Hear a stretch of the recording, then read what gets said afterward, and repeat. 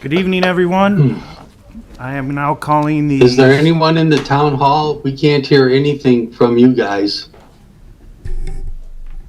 Microphone on? Yeah. Ken, can you hear me now? It should be on a Verizon commercial. Or is that AT&T or Sprint? Ken, can you hear me now? Can anyone that's online hear me?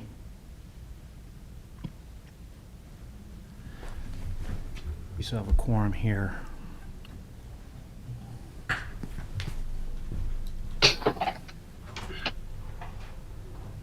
Apologize for the technical difficulties as with COVID. We are doing this remotely. I just texted Jason to ask if we're live yet. Yeah, it's 7 o'clock already. I expected to hear a hustle and bustle in the background, but I don't hear anything. Someone better text Ken, better not say anything bad. Me about us. either. Can you hear us? I guess it's just you and me, Nancy. Stop. Oh, is that funny?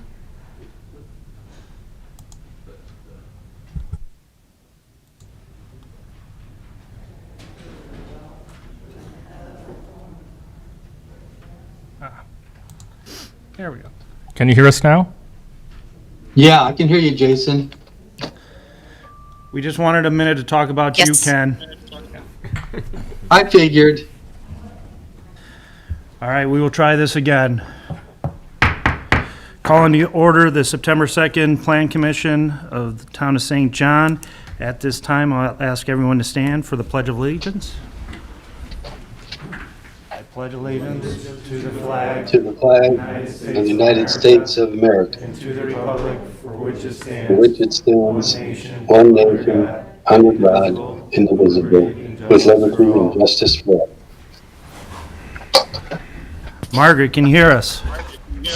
I can hear you. Can you hear me now? I can. Roll call, please. Mr. Burleson. Here. Ms. Cardona, I believe is absent. Is absent, correct, yes. Okay. And Mr. Gill? Here. Mr. Gillette? Here. Ms. Little? Here. Ms. Wooland? She's here I know online, but her she's mic here. is off. Yeah, I'm here. I think Sorry. it. Thank you. Mr. Kennedy? I am here tonight. We have a quorum. Mr. Everly? Oh, sorry. Here. Mr. Kraus? Here. Attorney Decker? Here. Mr. Panzik? Here. Thank you. All right, we could proceed with the quorum. I just want to thank everyone for coming out tonight. Apologize for any technical difficulties. We've been slowly working through this remote and partial live, so appreciate everyone's patience tonight. With that, we have some minutes that we received for June 3rd and July 1st for the Plan Commission regular meetings. If I can get a motion to approve or any recommended changes before we approve those, so we can get them out to the public. Make a motion for the regular meeting minutes of June 3rd, 2020 and July 1st, 2020. I have a motion to approve by Bob, a second. Second. This is Nancy. And Sorry. She can The have motion. it. Doesn't matter. Nancy, second. Any comments or questions from the board? If not, Margaret, roll call. Mr. Burleson? Yes. Mr. Gill? Yes. Mr. Gillette? Yes. Ms. Little? Yes. Ms. Wooland? yes, Mr. Kennedy? Yes. Thank you. Motion for minutes of June 3rd and July 1st have been approved. And just for the general public, due to that, we're doing partially remote and in person, every action tonight has to be roll call vote. So just for the general public's information. With that, if I'll ask for a motion to defer approval of the August 5th regular meeting minutes, as well as a study session for July 15th and August 19th, until we have time to review. I can get a motion for deferral. I'll make a motion that we defer August 5th regular meeting minutes, July 15th and August 19th study session minutes. I have a motion to defer. Do I have a second? Second? I'll second. I'll give it to Nancy, Bob. You No problem. got a second to Nancy. Comments, questions from the board? Hearing none. Roll call, Margaret. Mr. Burleson? Yes. Mr. Gill? Yes. Mr. Gillette? Yes. Ms. Little? Yes. Ms. Wooland? Yes. Mr. Kennedy? Yes. Motion to defer has been approved. Very good. Item number 5, next on the agenda, we have a public hearing for Gates of St. John, East Pod 21. The petitioner is hearing action on a primary plat of subdivision requests involving 25 proposed lots that are part of the original 108 acres.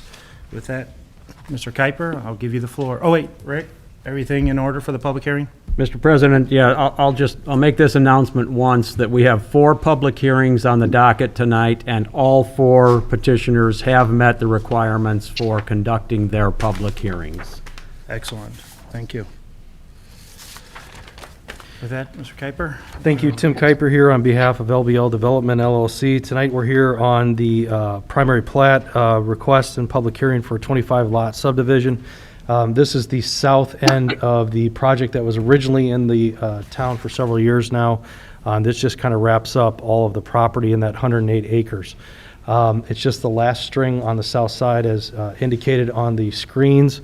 And like Mr. Eberly said, the sign was posted, the notices were sent out to owners within 300 feet, and the 2 publications were made for the public hearing tonight. This project meets the zoning commitment that was made for it, and otherwise the subdivision ordinance and the zoning for the town of St. John. I'm happy to answer any questions you may have, but this is the easiest one I've had to present in a while, so. And we've been through the study session a couple times on this Correct. one, so. And Mr. President, you have Mr. Kraus's letter. It's the 3rd page in on your packet regarding his review of this primary plat. I do. And I do concur with Mr. Kuiper's comments that this is in compliance with the zoning commitment for this property. All right. Bringing it back to the board, currently, to the board, I will read Ken Kraus's. Ken Kraus is the town engineer. It says, "Dear Mr. Kennedy, we have reviewed the primary plat for the reference project and have the following comments. 1, this subdivision project includes 25 R2 PUD residential lots and associated facilities and utilities on 7.25 acres. We have completed our review and find the certified plans to be satisfactory. 3, the development fee has not been established at this time. It will be based on 2% of the construction costs of public improvements as supplied by the developer or a certified estimate by the developer's engineer. 4, the Stormwater Pollution Prevention Plan, SWIP, is included in the project plans, but has not been reviewed at this time. The fee for this review will be determined at the time of review." That is Ken Kraus's letter. Questions for the board before we open it up to public comment? Questions or comments? All right. Tim, I'll have you sit down, then I'm going to open up to public hearing. Councilman, is there, for this, is there any someone signed in? No, This the is other a- 3 were blank when I handed those to you, Mr. President. Then I will ask if anybody would want to speak from the general public regarding the Gates of St. John Unit 21 primary plat review.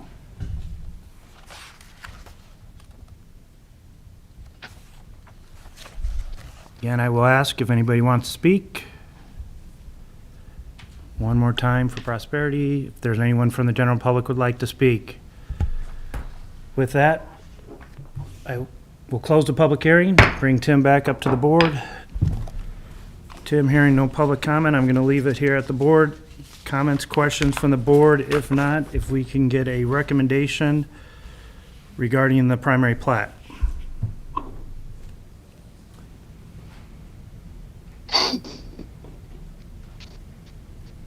Want to make a motion for favorable primary plat for the Gates of St. John East Pod 21B. I have a motion to approve primary plat. Do I have a second? I second the motion to accept the primary plat for the East Pod 21B of the Gates. I have a second by Nancy. Questions, comments from the board? If not, Margaret, roll call, please. Mr. Burleson? Yes. Mr. Gill? Yes. Mr. Gillette? Yes. Ms. Little? Yes. Ms. Wooland? Yes. Mr. Kennedy? Yes, motion for primary plat has been approved.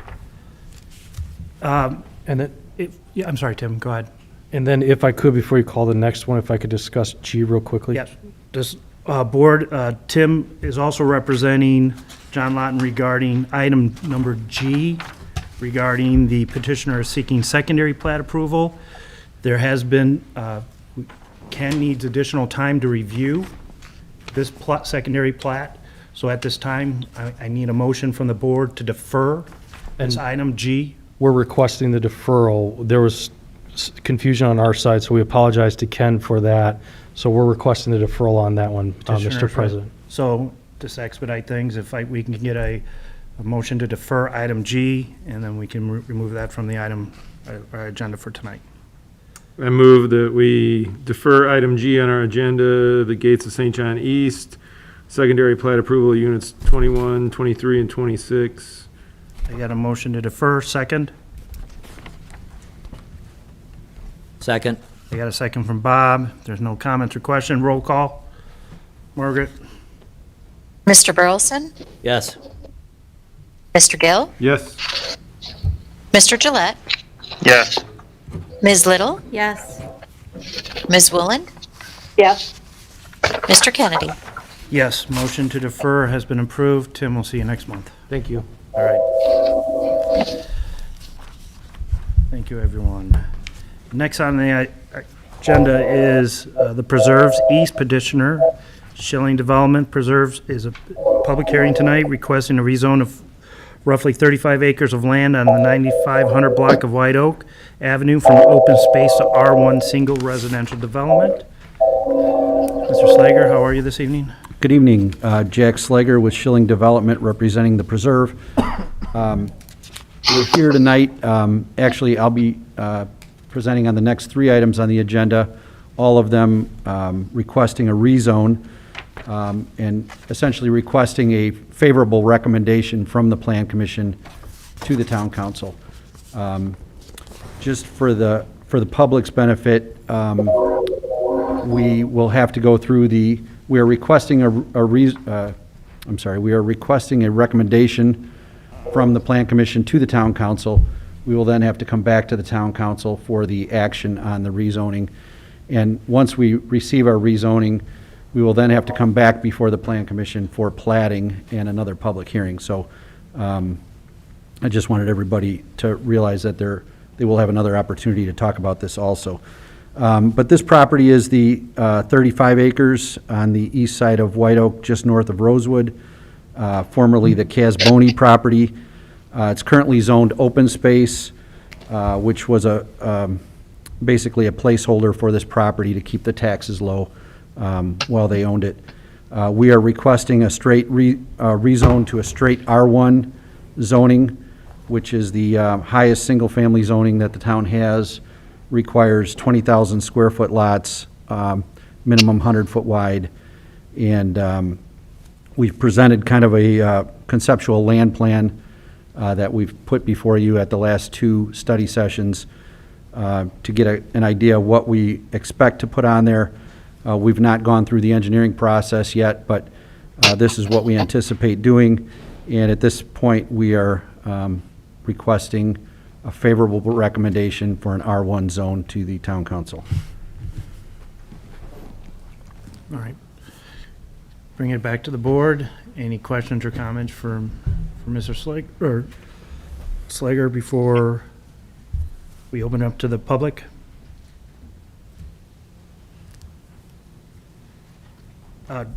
Mr. Kennedy's Mike Gillette. Yes, Mike. I have a question about the bike trail and how it's going to tie into the existing preserves.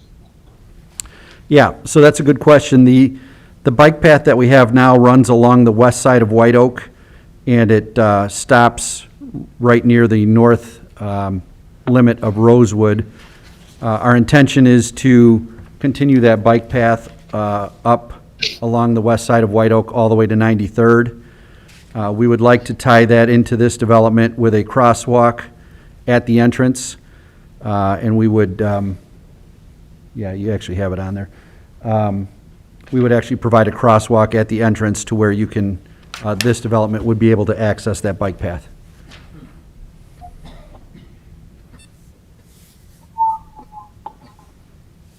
Mike, did you hear that? I did. I'm trying to navigate the picture here. Where exactly is the crosswalk going to be? Can you So- put the cursor on it? If Is if this you're it here, Jack? I think it's a up, long one, up, Rick. yeah, that's where the bike path is now. It's going to continue up the west side of White Oak, and the crosswalk will be right at the north side of Lot 1, Yeah, right right there. Okay, Yep. understood. Yep. That's all I have. Jack, I just want to clarify that lot, there's no direct access, private drives off of White Oak on this? Correct. Okay. Yes, we had heard the previous owner had come in and was anticipating 4 lots with driveways onto White Oak, and we had heard some negative comments on that. So we will have no driveway access to White Oak, 1 entrance only with the proper XL, decel lanes. And then connectivity between White Oak and over to 96th Avenue, again, I'll just ask the question. It is an environmental issue that we cannot connect. It's not a cost issue for the Correct. developer. There's a major drainage way that runs from north to south, from Hilltop down through the property, through the middle of the property. A lot of water, wetlands, floodplain, all the way down to Bull Run Ditch near Rosewood. So there's very limited chance to get across there. There's about a 10-foot path that's there now that we would like to continue and enhance to be able to connect the 2 sides for walking and biking, but there's no possibility to get a road through there. Okay. Any other questions or comments from the board before I open it up the public hearing? All right. So I have a list of names of people who have signed up, so I will go through that list, and then I will open it up. If anyone didn't sign in but would like to speak, I will ask them to come up first. So, and when you do come up to the podium, please give your name and address. It is being recorded, and so they need that information. So again, name and address when you come up. Is there a Dale Andres? All right, thank you, sir. Gene Misico? Ms. Misico, again, your name and address, please, for the records. Good evening. My name's Jean Mizzico, and my address is 12480 Acorn Court in St. John, Indiana. I am not directly right next to this proposed development. I'm like 1 lot in. But my first concern is when it rains, which I know we haven't had for quite a while now, but when it rains, my backyard and my neighbors becomes like swampland. It's just awful. We have kind of like a little creek running through what would be the easement. And I wonder with this, if this construction goes through, what effect that will have on our properties. My second question is the entrance to this new development would be off 96th Avenue, and I wonder why that route was chosen instead of Hilltop, which to me would make more sense because you could access that right off of 93rd and it would be a straight shot instead of this rather convoluted way of getting into the development. And my third question, it's not really a question, it's a comment. My late husband and I moved here 26 years ago to St. John, and we loved it. because of the open spaces and the farms and just the whole general idea of St. John. And it seems to me that in the last 5 years, that St. John has just fallen in love with developments, like they've never seen a development they didn't care for. And truthfully, some of them are quite ugly, I think, these paired houses, all one color, all same size, all same shape. They look like barracks, and I think aesthetically they are not very pleasing to the eye. Thank you. Thank you. Well, I'm not going to speak for the developer, but these won't be paired homes. These are R1 individually single lot homes, so they won't be paired. Ken, could you just talk about the drainage, how you review the drainage issues when a development comes in?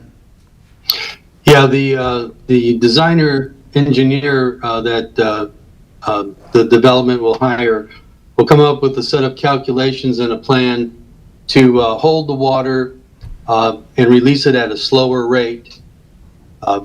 The rate's normally the equivalent of a 2-year storm over this area in its undeveloped state. So we're going to hold back the water, store it, and then meter it out slowly, hopefully to alleviate any flooding downstream.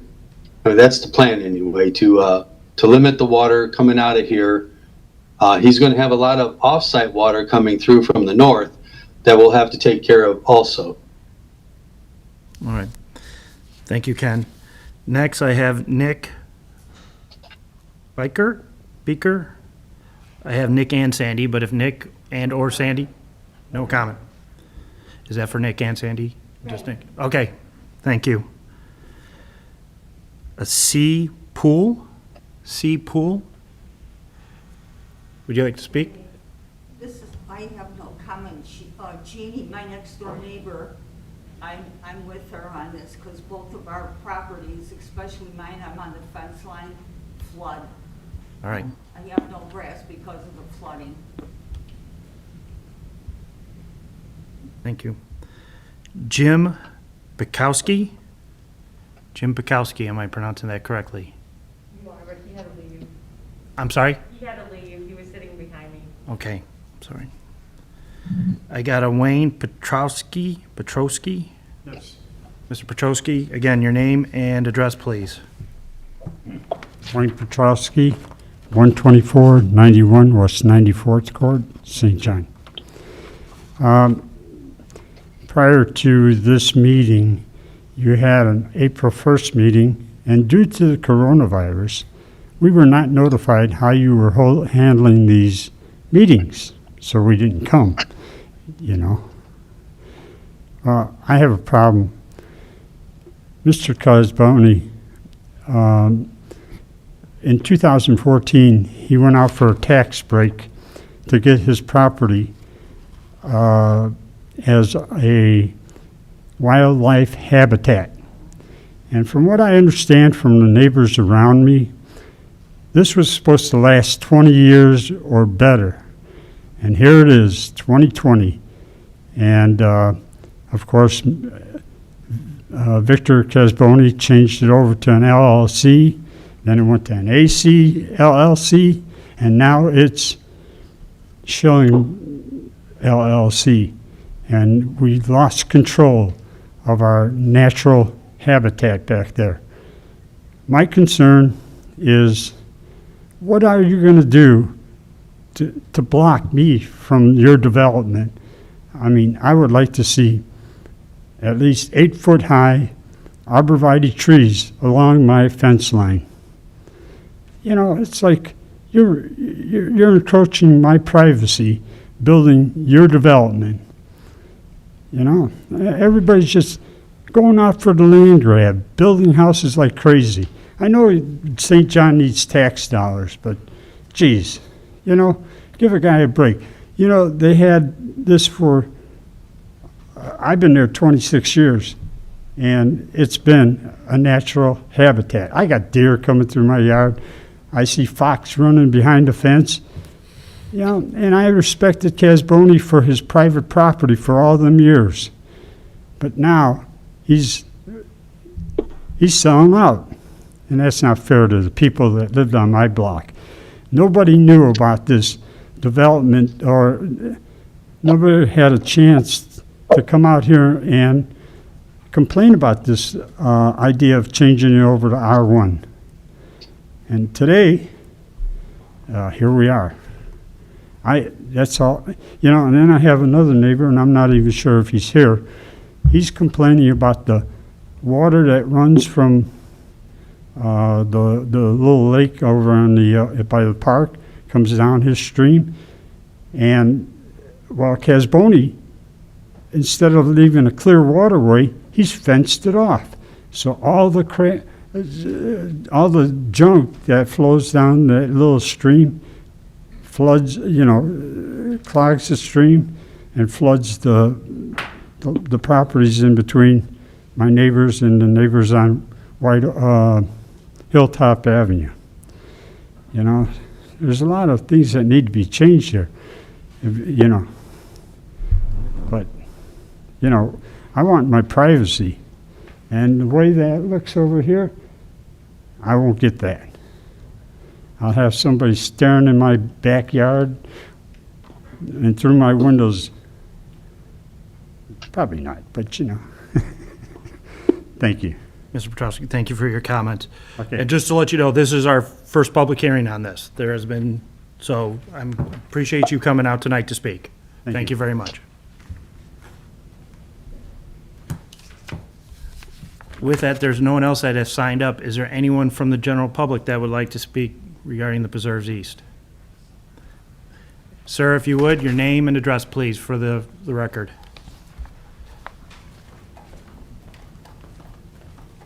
Jason King, 9468 Hilltop Drive. So, this was zoned open space to preserve some of the last open space that we have in the town of St. John, as other people have said before, correct? So we have open farm fields all around. It's all been sold, starting to develop everywhere. This is one of the last places, this fine gentleman here spoke about, where there's deer, there's fox, there's, chipmunks and all that. I live one lot in off of that, and they come through my backyard every night, 7:30, 8 o'clock. It's beautiful, it's part of the reason why I bought here. I bought on Hilltop Drive about 7 years ago, and it's great. Every house that goes up for sale sells right away because it is a beautiful area.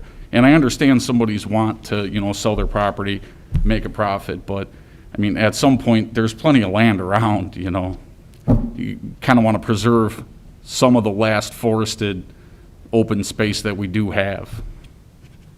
The other thing I'd like to say is that, it's a nice cul-de-sac street. It would, be pretty terrible to see that go through and up the traffic into this new subdivision if it does go that way. That's all I have. Appreciate the comments, sir. Thank you. Appreciate the comments.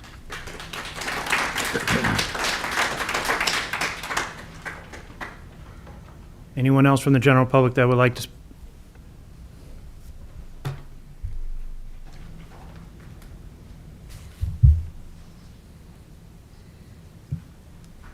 My name is Larry Ellis, 9721 Rosewood Drive.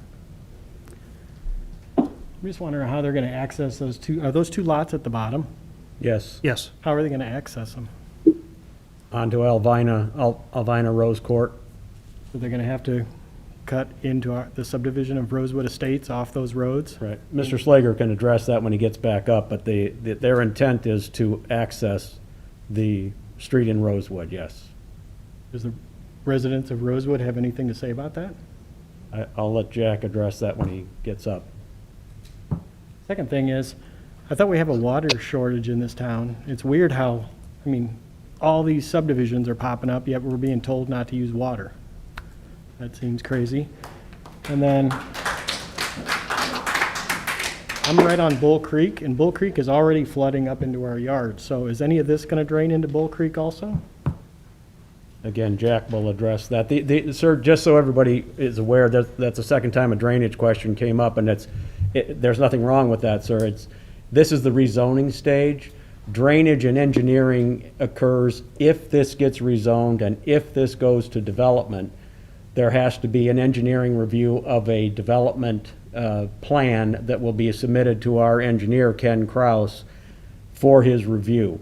And we'll know those answers if this proceeds to the development stage. But at the rezoning stage, engineering issues haven't been worked out yet. Is there a water shortage in St. John? Mr. Kraus will address that as well, too, in just a moment. I just see numerous people online saying, if we have a water shortage, why are we pumping in home after home after home, yet we're all being asked not to use water? That just doesn't make sense to me. Right. Thank you, So, sir. Yep. Thank you for your comments. Anyone else from the general public?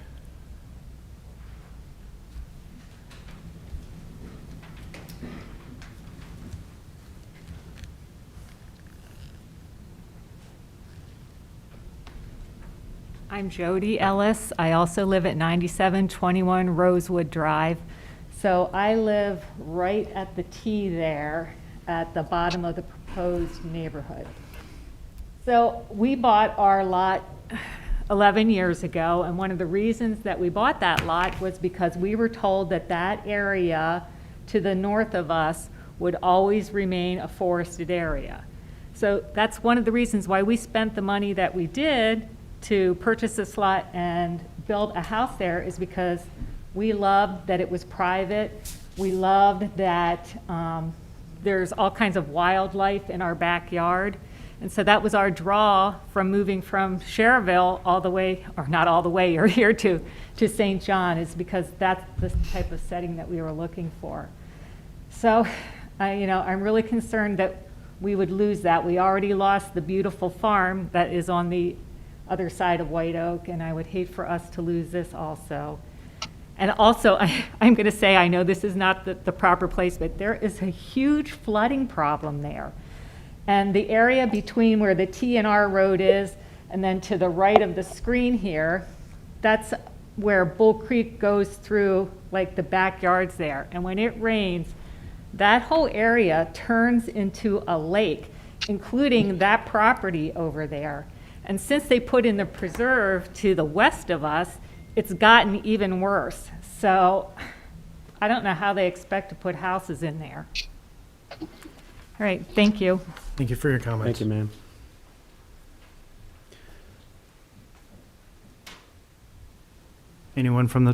Anyone else? If not, I will bring it back to the board, Jack. And Jack, before you speak, Mr. Ellis, thank you for reminding me, because that, the water shortage has the concern of mine as well. So Ken, I know you are prepared to at least answer. He is right. They're seeking to take open land and develop it or rezone it to R1.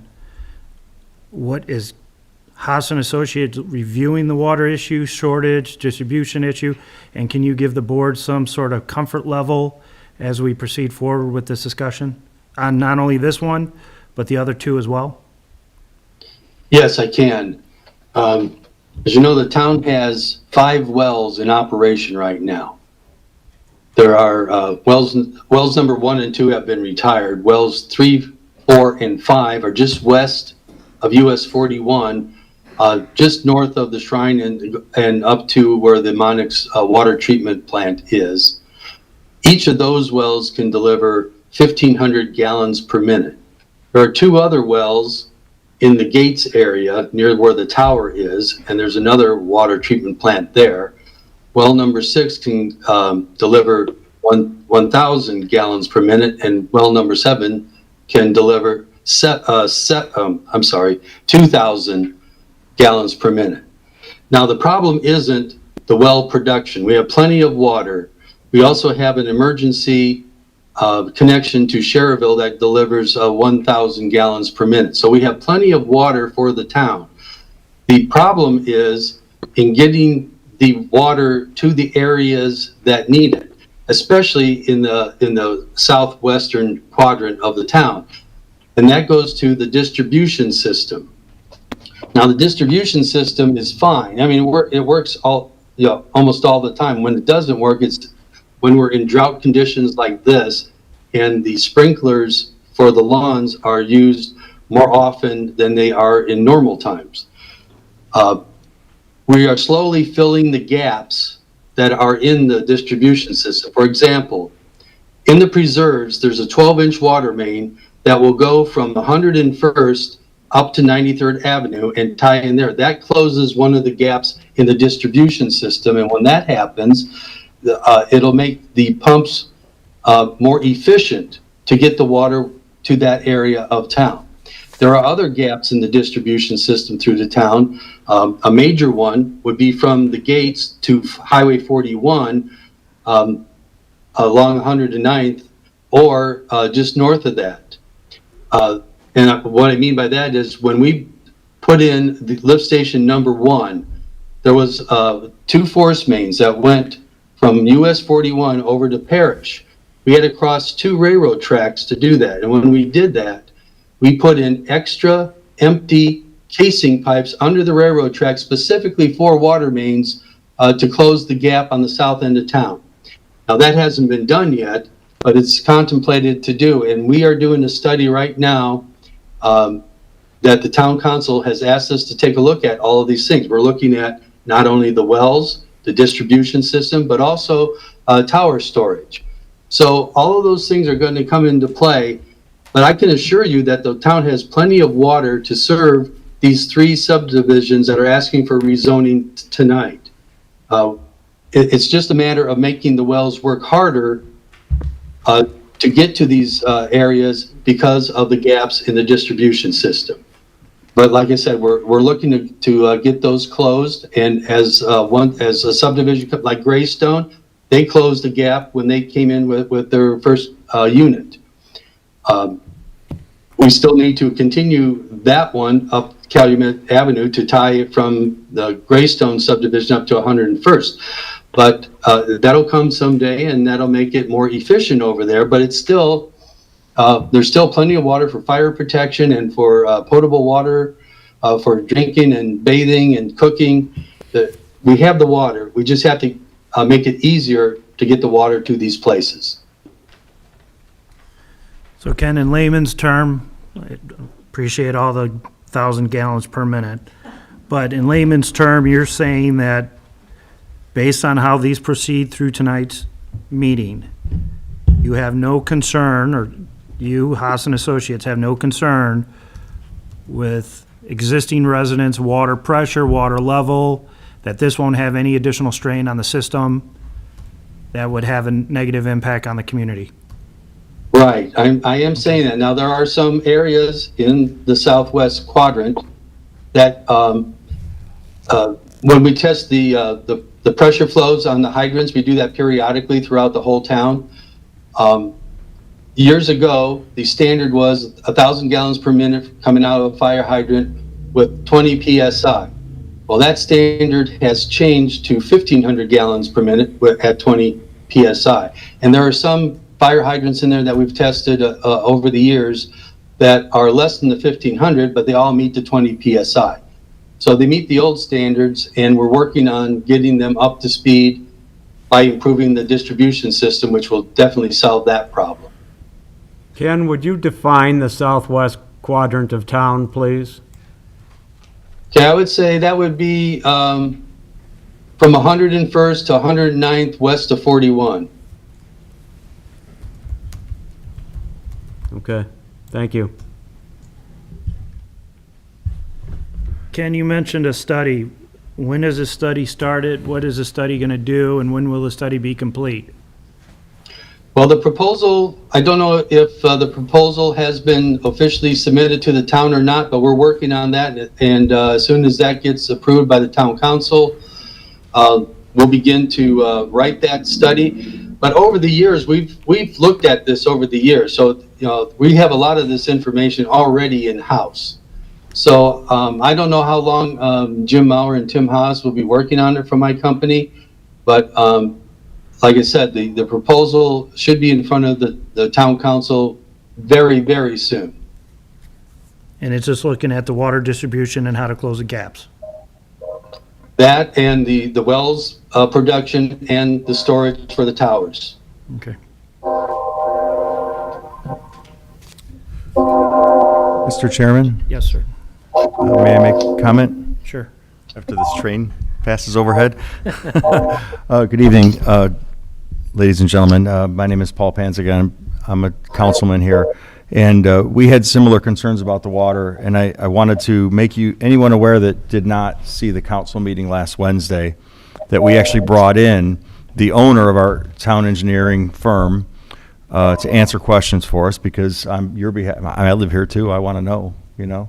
So we brought them in. We had our water guy, I call him that, Bob Valoy, and our public works director, Bob Davis. So what happened a week ago Monday, of course, social media tends to blow things out of proportion all the more. So about a month ago, we had a dip in our water, a real significant usage, I'll call that, where folks had so many sprinklers going that it was draining real fast, and we had to do some countermeasures to maintain.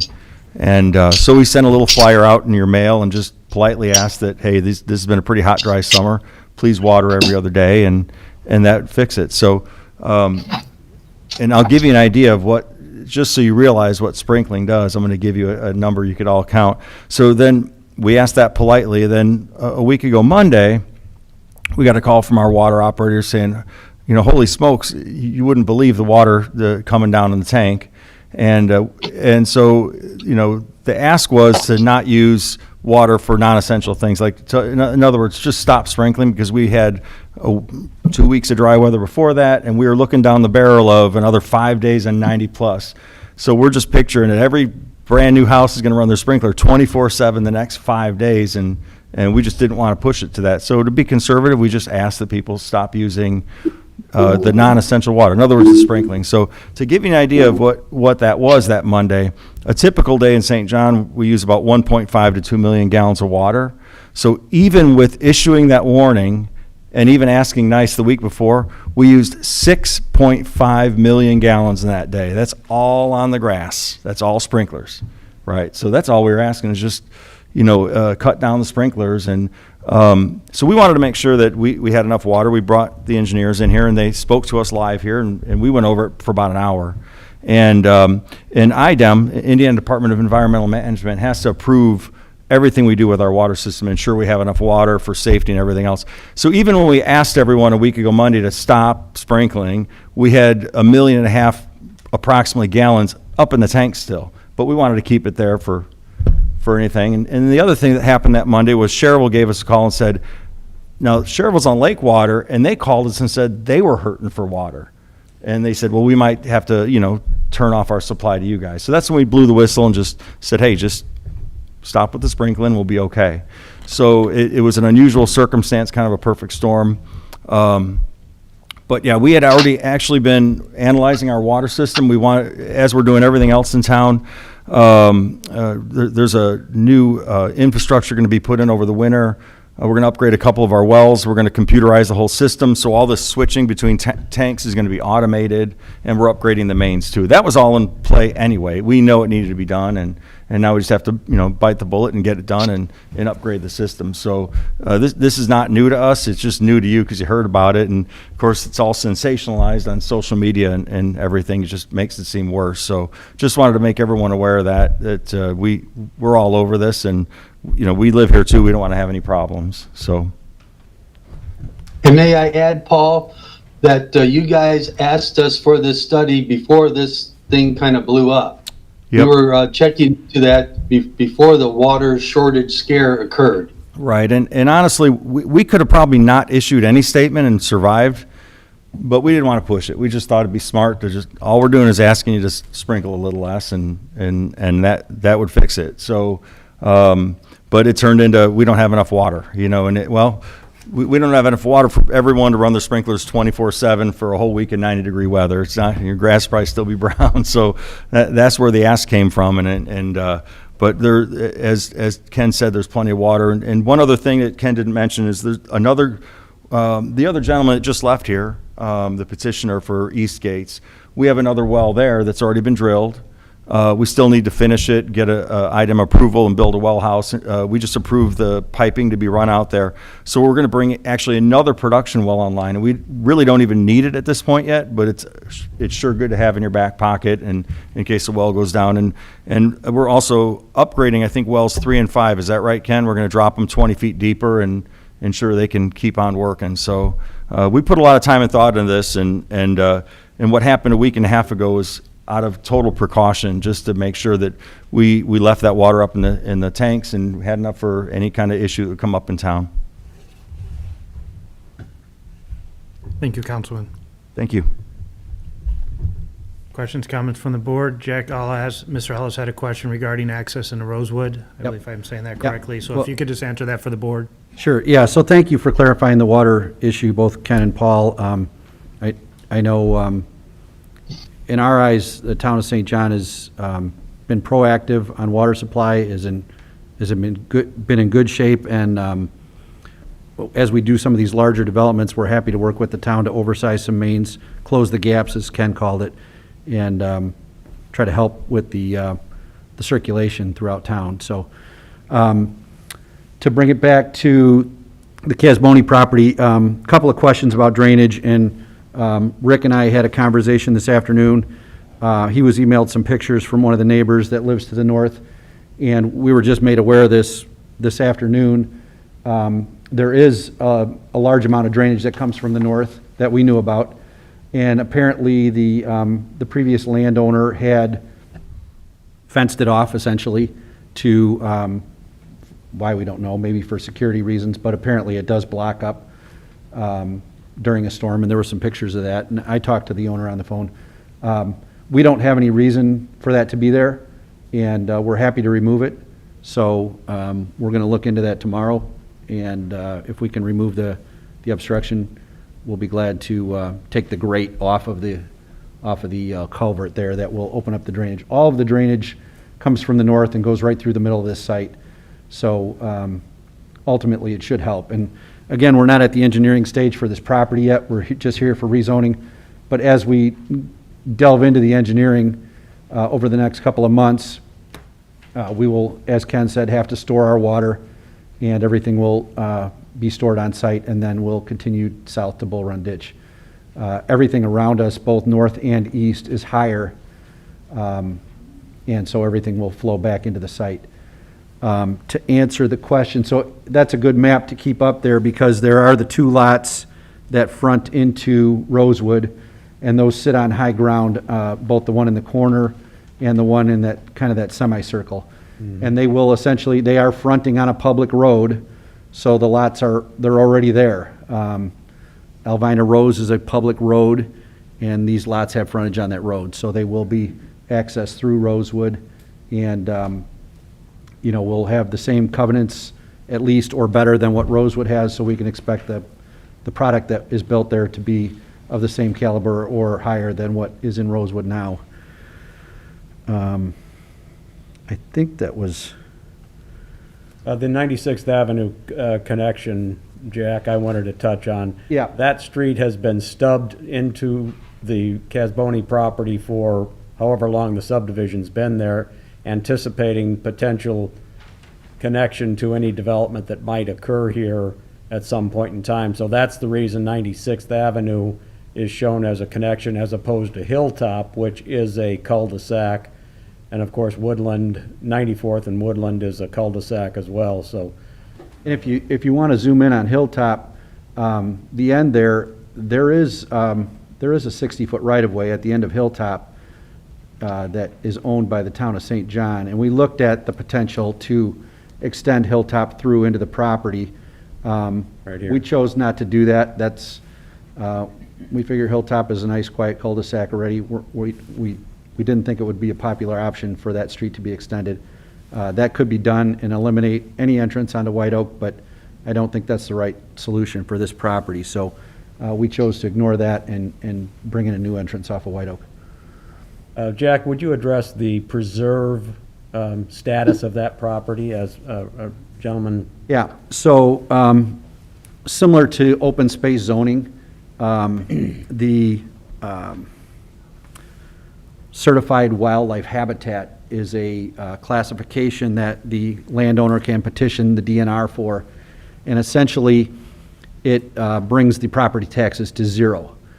So they actually had, from what we could tell, they had the natural wildlife habitat on the property for approximately 30 years. It was not very recent at all, but they've had it on there for a long time.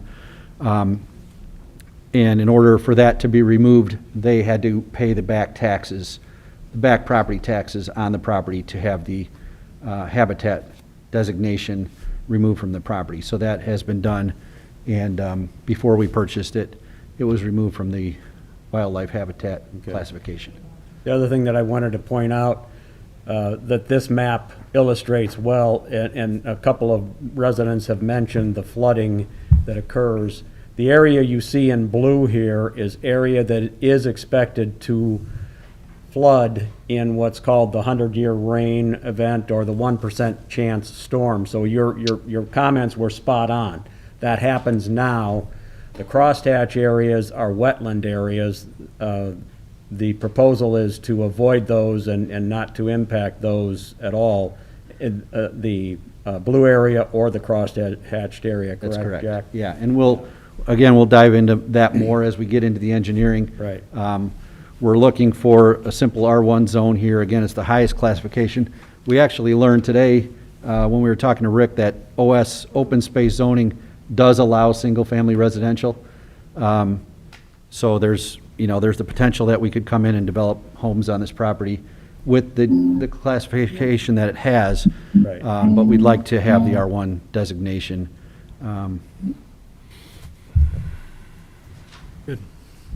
How many homes could be developed on open space? 17, and they're proposing 30.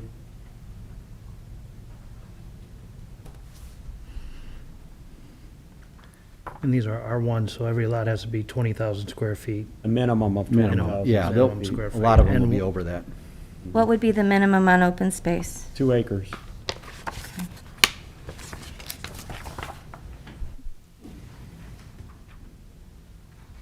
With that, I'll bring it to the board for their consideration. Again, this is a recommendation. This recommendation will then go to the town council for final approval of the rezone. The choices are to defer, unfavorable, or favorable for this recommendation to change it from open space to R1. Mr. President, just a slight correction. It's favorable, unfavorable, or no recommendation. Sorry, no recommendation. Mr. President, it's me. There was one other question from the public that might have been overlooked, and I know it was brought up at our study session, so I thought I would just throw it out for discussion. Someone mentioned the quality of housing, and I think that has not been stated tonight, what was stated at the study session, so it might be worth putting on the Sure. table. Thank you. Yeah. So our intention for this property is to, it's a nice piece of property. It's wooded, it's rolling. We want to make it an exclusive development. It will not be gated like the Continental, but it will be at the level of Rosewood or better. We're anticipating an average value in here of $800,000 to $1 million for the home sites, for the homes and home sites. So all other subdivision control or would be met? Yeah, Size and exceeded, everything like that, yeah. far exceeded, yes. Jack, you will be asking for a waiver on the length of the cul-de-sac. Yeah, when we get to the platting stages, Get to planning stage. we'll have to Not go at this for a point, but- length of Didn't we extend cul-de-sac. that? Didn't we extend that We last did. year? But We it's did, still- but it's, Okay. we've gone to 600 feet, but you're still Okay. longer than that. Sure. 660, I think we went to, actually.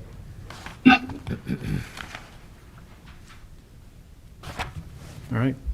But we have to remember, Mr. President, that they filed their application for plat approval before the new subdivision control ordinance took effect, so they would be developing under the regulations of the old one, so they're subject to the 400-foot cul-de-sac length. Would the waiver be tonight, or would it be at No, the it'll be plat? a At the primary plat. plat if it gets that far. Right.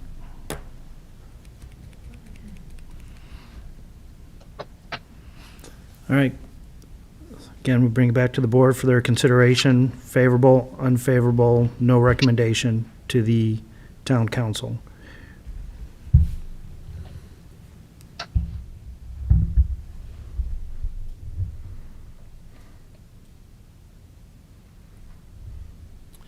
I want to make a motion for a favorable recommendation for the Preserve East from open space to R1. I have a favorable recommendation from Bob. Is there a second?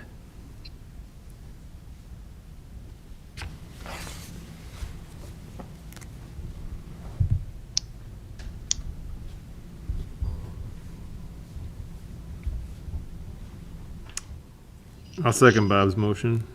I have a second for favorable recommendation to the town council for open space R1. Any questions or comments from the board? Just one comment I'd like to make. I know it's difficult.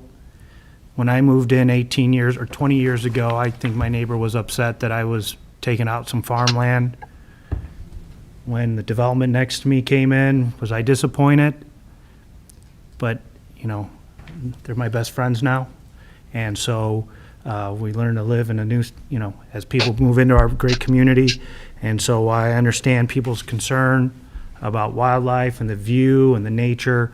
In my 7 years on this board, I've seen the development that Schilling's do, and I know it's of good quality, so I would be comfortable with that recommendation. So with that, Margaret, roll call, please. Mr. Burleson? Yes. Mr. Gill? Yes. Mr. Gillette? Yes. Ms. Little? No. Ms. Wooland? Yes. Mr. Kennedy? Yes. Motion passes 5-1. Thank you. All right, next on the agenda is another public hearing for a request for rezone of 134 acres lying west of the preserves, north of 101st Avenue and east of Calumet, if it were extended north of 101st. This request zone is property from RC1 PUD for the purpose of developing into a single-family subdivision containing roughly 148 lots, resulting in a density of 101 lots per acre.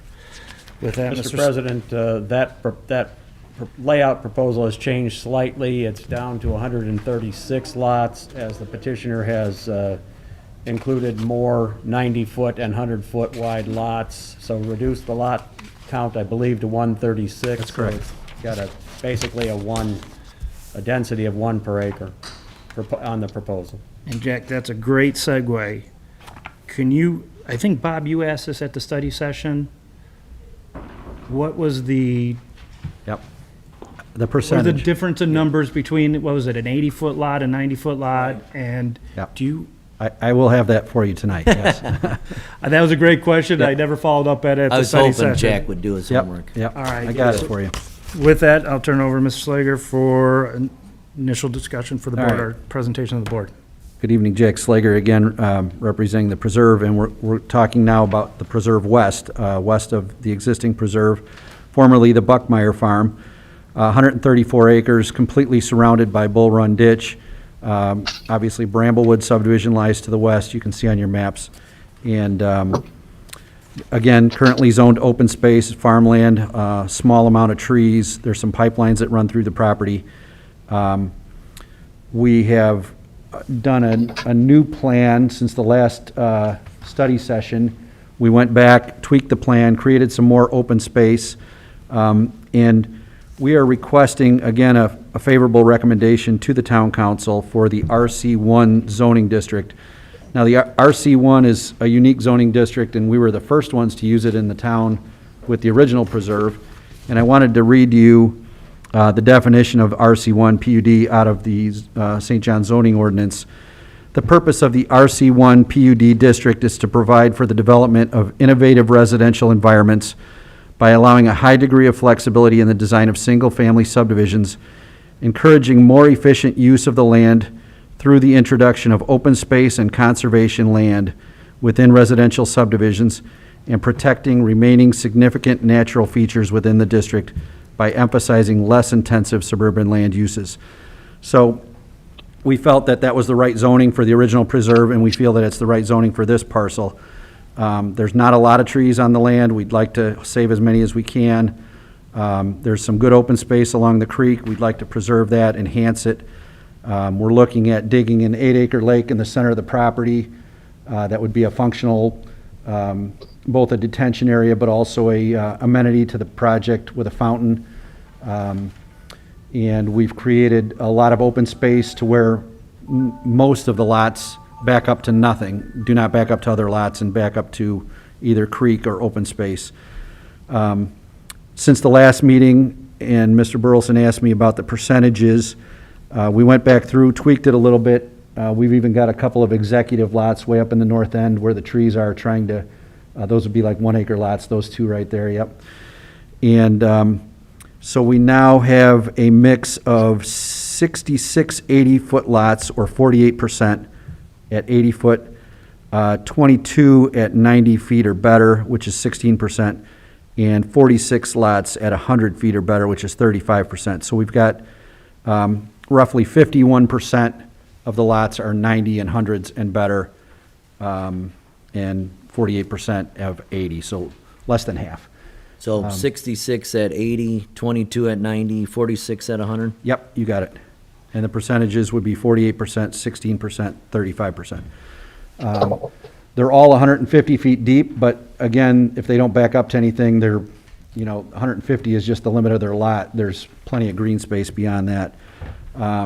We want to go with strong covenants, the same as preserve or better, heavy architectural control, heavy landscaping requirements. We're looking to expand the bike path, and we've put a white dash line on there. That's the potential bike path system, and basically we'll allocate the land and set it aside.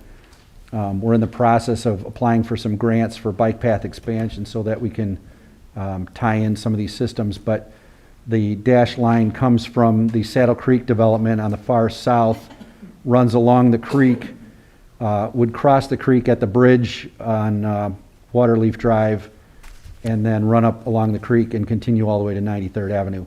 So there's a nice corridor there that could be utilized very well for a bike path. And we may weave some additional paths in the development itself from some of these cul-de-sacs and some of these other areas, kind of tying things together. Other than that, basically, the other calculation we did was we've got 134 acres. Of that 134 acres, we're setting aside about 73 acres as open space, the water, green space. So better than half of the land is being set aside as green space. And so again, we're seeking the RC1 PUD zoning designation. And just for the edification of the Plan Commission members and the folks in the audience, a typical density for an R1, standard R1 development is 1.4 lots per acre. And as we said earlier, this is 1 lot per acre. I suspect, Jack, that this is even less dense than the existing preserve. I believe it is. We have 435 lots on 350 acres. It's 1.1 or 1.2 on. And it's less preserve. dense than Bramblewood. Yep. Right.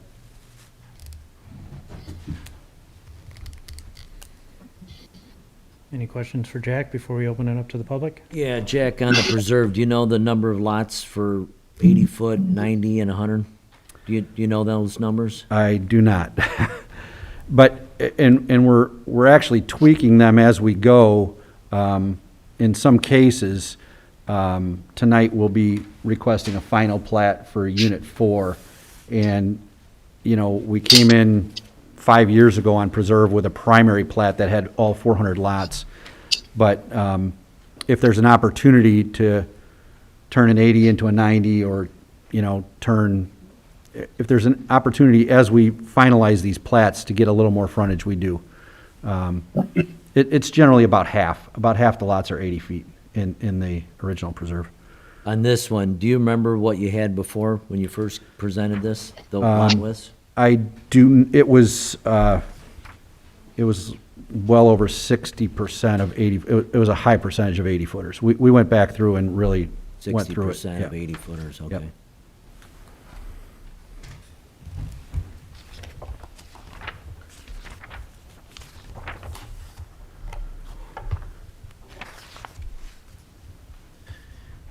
Ken, just for my recollection, is this considered southwest in your concern with distribution of water? No, this is actually north of 101st, so North, okay. it's in a sound zone. Okay. And we will, with this, we will be completing another loop through existing preserve out to 101st. So you'll have a secondary feed there of water that will help continue the looping system throughout the town.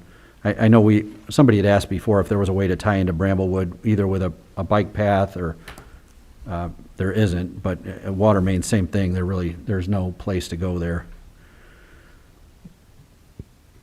Jack, I know you're aware of this, but again, for the edification of the members of the Plan Commission and the audience, when a planned unit development rezoning is sought, it's incumbent upon the petitioner to identify the areas of the zoning ordinance and/or subdivision control ordinance that the PUD would not meet.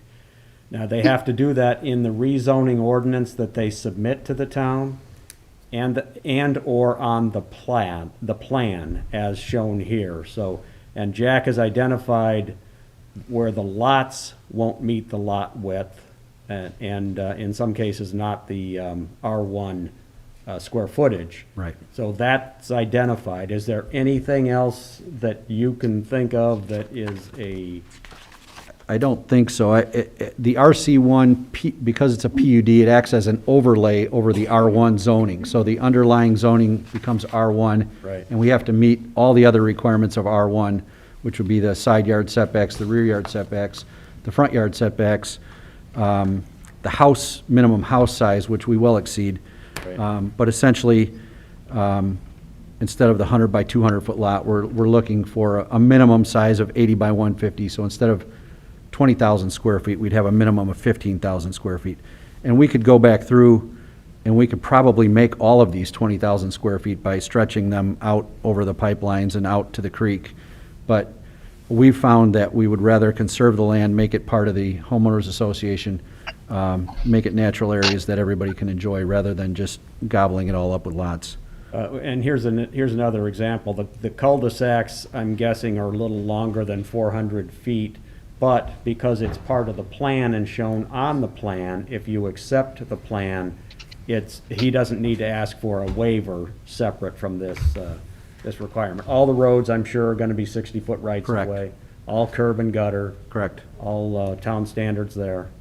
Okay.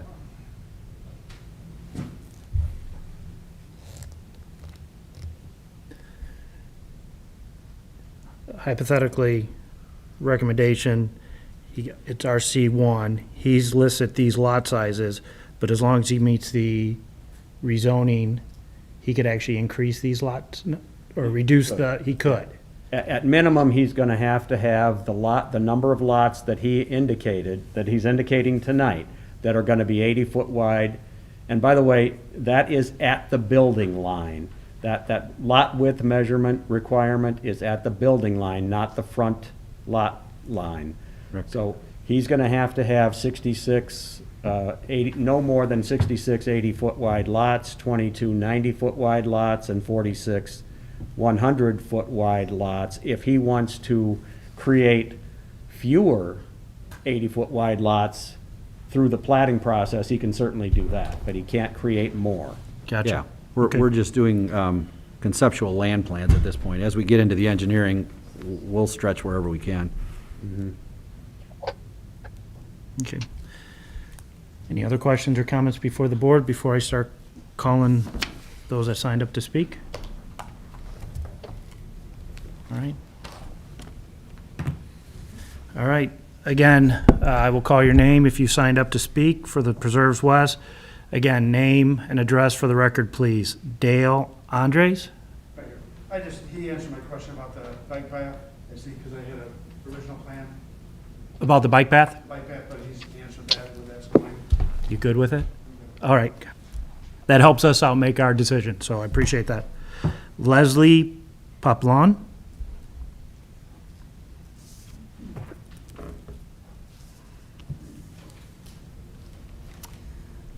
Good evening. Good evening. I didn't realize I signed up to speak, but I might as well give it a whirl. Absolutely. Thank you.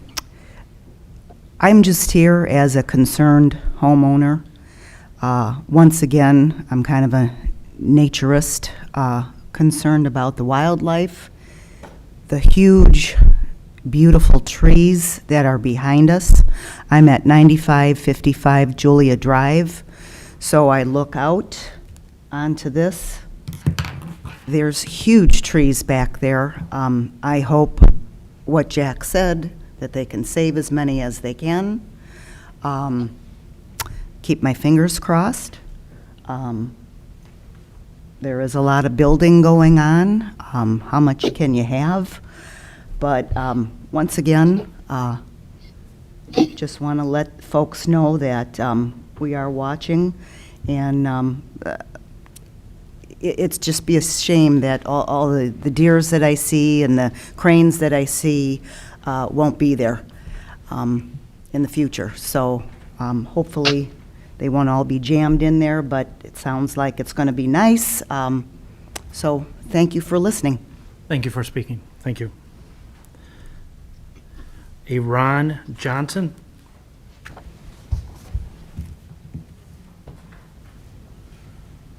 Good evening. Ron Johnson, 9595 Julia Drive. I'm also the president of the Bramblewood HOA. So I'm kind of representing Bramblewood here. Thank you. A lot of the things talked about tonight is pretty much what I'm about to say. It's the open space, losing the open space. It's losing the wildlife activity we have out there. I know Rick has touched on the drainage issues. We have some of the same concerns on the west end of the Bull Run ditch as far as drainage overflowing. The walkouts along Julia Drive, their backyards are actually drainage easement, which we have concerns with, but that'll be addressed at another time. Water issues, like Ken and Paul had talked about already, the pressure issues by us, it's very noticeable and not very well liked. Traffic issues, another issue in town with all the building going on. So a lot of it's the same stuff that's been talked about as other developments are being built and everything. So that's some of the concerns that we have are those. So, thank you. Thank you for speaking. Oh, can I say one more thing? When we're talking about the green space around the West Preserve, what is the green space made up of? Thank you. Jack, if you'll just be prepared to address that. Thank you, sir. Joya Bukimi? Joyce Bikina, thanks. I apologize for that. No problem. I'm Joyce Bikema. I'm at 9645 Julia Drive. Yes. One of the lots that also backs up to that. I guess my big concern is you can kind of see on the map the big square of trees that supposedly aren't, it's not very wooded. This is densely wooded right in here. And I guess if I had my way in a perfect world, and I'm assuming this is a pipeline, correct? That's correct. Correct. That they would avoid anything on this side of the trees, because this is what all of us enjoy looking at, I'm pretty sure. And so seeing, we already are starting to see some of this preserves over here and being built. We were hoping that this would be preserved for us, as a wildlife kind of area. So I don't know how they're saying that they're keeping the trees when most of the lots are, as you can see, cutting right into them. And then by saying stretching them, you're saying you're going to stretch them this way. All that's going to do is, let us see someone's shed in the backyard instead of leaving that, so like that's not really helping to stretch them bigger just to make them look better and have more square footage. That's my main concern, is if we could maybe revamp the way that it's going. My big concern is that square. Anything on this side of the pipeline, if that could be all on this side of it. Is this also a pipeline on this side? Yes. Yeah, I guess that's why a lot of us thought we were safe, that we would be building around the pipeline. But yeah, that's my main concern is that big square tree, which looks like to me there's going to be no left the way it is there. Thank you very much for your comments.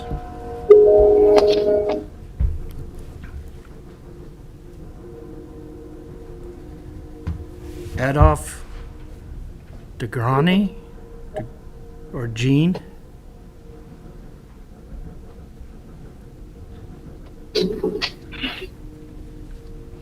Hi, Jeannie DeGrowie, 14310 West 101st. My husband and I own the 16.8 acres that are immediately west of this contemplated area. Mr. Okay. Eberly, would I be able to get a copy of the new plan? Certainly. Then I'll reserve my comments for the next meeting. I'm sorry, 16 acres to the due? 16.8, yes, but, Okay. yes, that's us right there. But I'll wait until I see the new plan before I make comment. Okay. Thank Well, you. this is your for the public hearing regarding the rezone. I would ask that you make any comments you want now. Well, my concern, when my husband and we voluntarily annexed into St. John in 2008 to block Dyer's land grab. We owned the piece of property from 101st to Bull Creek. So when we bought that, our horses were grandfathered in as part of that accommodation. So I have concerns about the safety of my horses going forward. Obviously, people and machinery pose a grave danger to my animals. And I would just ask the town to please consider a permanent barrier between our property and this new development. I'm worried about encroachment as anyone else is. So you're 16 point, but he's got, okay, that's where the stubs for the roads are, correct? That's correct. Yeah, Okay. that first road there, as you can see, comes right into the side of my horse barn. Okay. So I would just ask that, a permanent barrier be erected to prevent encroachment of both construction traffic. And in the future, I don't want my home to become a petting zoo for children that are in the park. They pose a danger to my horses, and that's my main concern. No, I appreciate you making those comments Thank tonight. you. Thank you.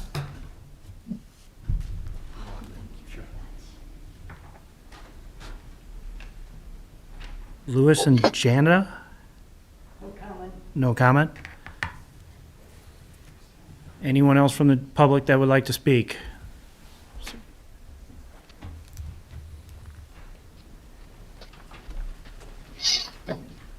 Good evening. My name's Kevin Kreis. I'm not going to be as nice as some of my neighbors were. I'm at 9705 Julia Drive. I too live right behind this development, or proposed development. As most of my other neighbors have voiced, we enjoy the scenery. We enjoy that wooded area, and it's not as small as it looks. And I invite anybody to come to my backyard and come see this during the morning, evening, just to come see this. My children, myself, my wife, we've hiked back through there. We've seen the scenery, we've seen the animals. I know you guys have heard this story a million times. It's the same thing over and over again. And like my other neighbor has said, this really isn't the preserves anymore. It's kind of an ironic name. We've given the preserves, and it's just, really? What are we preserving? We're developing this regardless.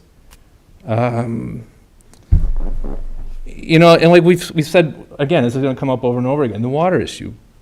I just read this week, Northwest Indiana Times posted, we just paid between June 8th and August 1st, $333,000 to Cherville. As taxpayers, we just forked over $333,000 for water. We're buying from the utility, correct, and that's why we were already looking into doing things, and that's really all for sprinkling. We don't pump any. I understand. Yeah, I just But want you to be still- aware it's all sprinkling. So sprinkling, this is just going to compound the issue, Paul. This is because whether or not we develop, or Schilling develops this land, you're going to have X amount of houses now. They're not going to listen to the sprinkling ban, okay? And this is why we're upgrading the system. I understand. I understand. I certainly agree, actually. So, yeah, we need to.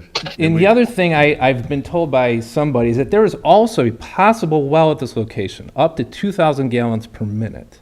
So there's actually, do you mind, Mr. President, if I answer that on the fly? So there's actually 4 possible wells on At this location? Yes, however, Existing wells. no.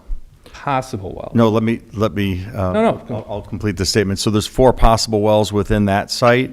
And our water operator and our folks that do our wells choose to not use those potential sites because of the higher iron content. Jack's probably where they popped a well in at 101st and White Oak, which is just a stone's throw from there, and they drew so much iron from it, the water came out orange. So although there's well sites there's other hot well sites in town we're going to go after instead, mainly on the east side and possibly down by Shoe Corner. There's a few opportunities. So, but yeah, we have vetted out the well sites both there as well as on, and I'll just, for the public and for the Plan Commission, the 35-acre site, the Casboni property, we vetted out that for well sites as well. So just, we did do that homework in the background. How long ago was that study? Like, when was that? The fracture trace analysis is something our well company has on hand. So when I heard developments are coming, I made contacts and just to find out, hey, is there any potential here? Should we be safeguarding it? Because if there was a well worth exploring, the part of the conversation would have been with Jack is to set aside that land for us. No different than on the east side, we're having land set aside for wells 8 and 9. So, yeah, so those wells are not desirable compared to some other potential spots in town. Okay. Kevin, if I would be so kind, if you could just address the board. Sure. All right, sorry, thank you. I'll back off. Sure. I No, just no, wanted to I- answer the water I just- question. I know he's This spoke is about the public- water before, and that's kind I- of where, It's on me because I should have you speak to the board. I understand. Before we get into a conversation, so I Sure. apologize, I should never. so- no. Thank you, sir. You know, again, that's one of our biggest concerns, because, again, the water pressure by us during the mornings, it's not favorable. You know, two, my big concern is with all this development, we've looked in Shilton Hills when we first came out here 8 years ago. Beautiful area, and now we have neighbors in the area that say their roads are terrible. You know, what are we doing with the existing neighbors that live here now, existing people that are here now, that have been here now? I came here today, and I was amazed to see so many people here, and after the last vote, they all left, because they're walking out here saying, we have no hope. There's no hope in pushing back against this. You know, and this is what's frustrating, but I was so proud to see so many people here, and now they're gone. They're just gone. And what scares me the most is that they come to you, and they say, you know, they're spilling their heart out to you, saying, hey, this is our homes, this is what we've been enjoying for seeing for so many years. And then you go and say, well, I used to have a neighbor and I was a little worried. You've made it personal, which shows a bias towards Schilling. Regardless of what happens here, everybody feels like it's going to happen, no matter what. It's a bias you just showed to everybody here towards Schilling. I don't know how else to express a frustration as a homeowner, as a taxpayer, who's somebody who came here so excited and enthused. And the only outlet we have is social media. We have to get on Facebook. We have to get out and say, hey, this is what's happening, because not everybody knows. Not everybody has the ability to get here. They're too scared. I'm willing to come out here, risk a little bit of, you know, exposure to voice my frustration. So, you know, as a homeowner, as a taxpayer, as somebody that, hey, look, I give Schilling's credit. They do a lot for the town of St. John. They're involved in my kids' school. They're involved in the community. They do a lot. Listen to us for once. Just give us a chance. Scale back. Come to us, the homeowners, and say, hey, you know, what can we do? It's disheartening. It's frustrating. You know, and I just think you're going to hear more of this. And again, I'm voicing my frustration. I appreciate you for giving me the outlet to do this. You know, I'm hoping we can work something out. If anything happens out of this, I just wish those trees and the tree line would stay so we can enjoy that. You know, you're going to do what you're going to do. I understand. And the young lady who owned the 16 acres behind, don't ever sell. Please don't ever sell that land, because you can see they're planning to put the road. If you're going to sell, I'm at 9705 Julia Drive. tell us, because we will buy the land. Thank you. Thank you, sir. And Kevin, I did not, hopefully, my intent of my comment was not to show bias to anyone. My intent was, I have my tenure here, I've lived here 20 years. I do hear what the public is saying about open space. I've heard it. Neighbors in my neighborhood are, they always get disappointed when people, my intent was not to show bias or prejudice to anybody. It was just to explain, I understand, I hear it because there's development in my neighborhood, and we deal with it. So I don't mean to disregard or demean, I don't demean. You do what's best for your community. With that, anyone else from the public that would like to speak? Either one. I have a question. Could you come, if you can come to the board and give your name? Are you gonna, if you're going to discuss Greystone next, I apologize, I can wait until then. Greystone is that next That's on? next, yes. Yeah, that is next, yes. I can hold my comments until then. Okay.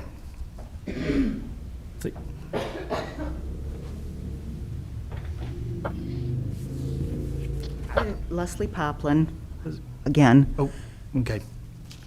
How done is this deal? Nothing is done. Nothing's done yet. Nothing is done. It is- Maybe I'm jumping the gun. Nothing is done. It is we make a recommendation to the town council, it then goes to the town council, and the town council has final say on what happens For the zoning. for the zoning. So it's So in tonight the is- basic, it's in the, It's just this board just makes a recommendation, then that recommendation goes to the town council, and then at the town council meeting, somewhere down the future in the next couple months, they will make the final recommendation on the zoning. yay or nay. They could, if we make a favorable, they could overturn that. If we make an unfavorable, they could go with it or overturn that. Okay. We're just a recommendation, and they have final say. They could make any decision they want. Thank you. You're welcome. And just so folks know, once the Plan Commission makes its recommendation and certifies that recommendation to the town council, the council has 90 days to act on that certification. And as Mr. Kennedy explained, they can agree with the Plan Commission, or they can overrule the Plan Commission either way. But ultimately, the rezoning decision lies in the hands of the town council. Any other comments? Sorry, it's Joyce Bykum again, 9645 Julia Drive. I'm just wondering, what would the timeline be then, usually? Once, let's say this gets approved, are we talking 5 years, 2 years? To do the project? Like, when will we see houses in our backyard? Okay, good question. If the rezoning gets approved, then they have to come back for plating approval. So those of you that got letters for tonight's meeting will get letters once again advising you that there's a public hearing on what's called the primary plat of subdivision. So it would be another similar layout to this, and that would be the beginning of the approval for putting lots in. And once they get primary plat approval, then they can start putting in all of the improvements, meaning the water mains, the sanitary sewers, the roads, the detention ponds, all of those types of things can go in. Then they come back for a secondary plat approval, and at that point, they can start building homes. So I would say, from the developer's perspective, best case scenario, you wouldn't start building homes there till mid next year? At the earliest, yeah. If they got all the approvals, let's call it fast. If they got a recommendation Everything tonight, and the works out council approves perfectly. the zoning later this month, and then they come for plating, they won't be done with the plating until December, probably November, December, before they get primary plat, and then they'll put in all the improvements. So it would be, I think it'd be lucky to be Not seeing lucky. homes start. They would be lucky, sorry, from their perspective. Yeah. I'm just concerned, is this considered phase 4? No. Phase 4 is of the preserve that Yeah. is in town, or as it has gotten approval now. That's just to the east of what you see here. So what would this be named, I guess. Well, the Preserve West is what it's called right now, as a placeholder. It's just a working name, Yeah. Preserve West. I don't. So we don't, it wouldn't be after Phase 4, there's no timeline as far as Phase 1, Phase 2, Phase 3, Phase 4, then this? Well, Jack can address that, but how many phases of the preserve, Jack, do you have? There's got to be 8, 9 We phases? figured 8 phases in the preserve. We just completed phase 4. But that doesn't mean they'll wait to complete That's what the it- preserve before they do this. I don't know. That's up to them. I have no idea what, I can address that when I get. okay. Okay.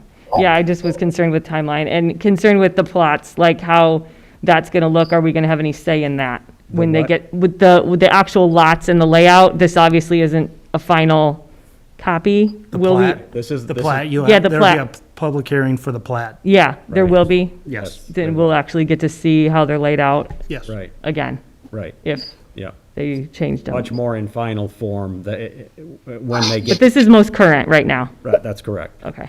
Okay, thank you. And just to follow up on the gentleman, on the gentleman's question about, or maybe it was Jeannie's observation, but the 2 roads that are shown stubbed to the west, our subdivision control ordinance requires a developer to stub utilities and roads to the extent of their property. So that's why you see those roads. We don't tell them where they have to put them, but they have to show connections to developable properties on the periphery of their property. So that's why you see those roads pointing towards Jeannie's house. Sorry, Jeannie, and your 16 acres there. If she never sells, that never goes any further than what you see here, but that's a town requirement. All right. With that, I will close the public hearing. And now, Jack, I'll have you come back up, please. Just to go over my notes, Jack, there was a couple comments, if we can get, Ron, I think Mr. Johnson talked about the green space, Joyce about her concern, and I think Kevin also talked about the trees Yep. to the north of your development. Janine's the horses, and then I think the phase question was answered, so, but if you could address the green space.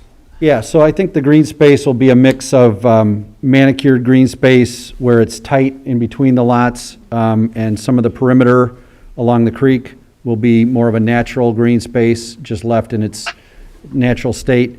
One of the things that we've done in the preserve, and we would continue to do in this phase, is we require a minimum number of trees be planted on every lot.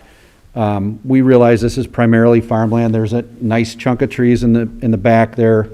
And we went back through and redesigned the plan after the last meeting. We made all those lots on the outside 100-foot. We made a couple of really big lots in the middle, trying to preserve as many trees as we can. But the requirement on the builders that come in and the homeowners that buy these lots is, on the 80-foot lots, we require a minimum of 5 trees be planted. And on the 90 and 100-foot lots, we require a minimum of 7 trees be planted, both in the front and the back of the house. So essentially, when this site is done, when it's developed and built out, we're looking at over 1,000 trees planted, and that's not including what we'll plant in some of the common areas. So that's one thing I wanted to say. The other thing, as I hear some of these comments, Schilling Development and the Schilling family doesn't go out after these pieces and attempt to gobble up this land. These landowners come to us and say, we're ready to sell. We want you to develop our land because we know what you do. Our land is going to be for sale. We're giving you guys first option on it. You can take it or pass on it. And if we pass on the piece of land, it's going to be offered to any developer out there. I guarantee that we put forth a better plan than any other developer, and if we weren't developing this, it would be coming in as a grid pattern, like some of the other developments you've been seeing lately. If they're forced into maximizing the land, you get a pattern of grid streets running north, south, east, west, with the maximum number of lots on the property. We're not interested in doing that. We're trying to preserve as much land as we can. We're talking 73 acres of 134 acres is going to remain open space. So it's a little frustrating, and I know they're frustrated. I know they've been looking at it for years, but this land was going to be developed by somebody, and we think we can do the best job on it. As far as a timeline, I mentioned this last time on all of these developments. We're looking at probably a 3 to 5 year development timeline on this parcel. And when I talk about 3 to 5 year, that's for us to develop and put in the roads, the sewers and everything. But the ultimate build-out ends up being closer to 10 years. We have some developments that are 20 years old, Wellington, Cardinal Cove, that are still only half built out. So the actual build-out occupancy home sites is probably more like a 10-year build-out. We obviously still have plenty of land to develop on the other side of the creek in the original preserve. We're going to continue to develop over there. We may develop part of this and part of that and continue both east and west, but we'll see how the market goes over the next couple of years. So I don't have a breakdown of how this is going to be developed. Obviously, it's going to have to come from south to north. The north will be developed last, and so we'll have better answers for that as we get into the engineering and as we come back for plating. But again, we're just looking for the zoning at this time. And I have, once again, I have the property up here that shows the floodplain and wetland on it. And Jack has mentioned in previous meetings that their intention is to avoid housing construction in the blue area here, or the special flood hazard area, so that homeowners don't have to carry flood insurance. So all of that area remains open space as he described earlier. And I will say there are ways to develop that. We could, yeah. we could work on filling it, moving dirt, filling that area and building houses on it. We're not interested in doing that. We're Absolutely. trying to keep a buffer between us and everybody else. Right. Right. Jack, out of that 143 acres, how much is actually developable if you took out that wetlands? The wetland. Wetland, there's well, not a lot of the wetland is way up on the north. In the Yep. floodplain? Or flood, yeah. The wetland is about 10 acres, and I believe the floodplain was 30. Well, and the wetland is within the floodplain. So if you just said 30 acres of unusable ground.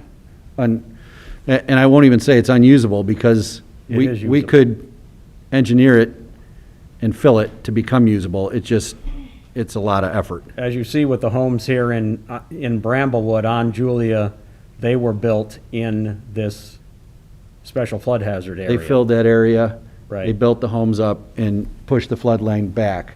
Right. But the same thing there, those lots were stretched to 200 feet, which is, it's the same concept as what we're doing. We're just showing 150-foot lots and leaving the rest as common area open space. Right, they could extend their lots another 50 feet into this area here, as was done in Bramblewood, to meet the minimum lot size restrictions. Now, let me say that those homes in Bramblewood also received letters of map amendment, so they are legally built there.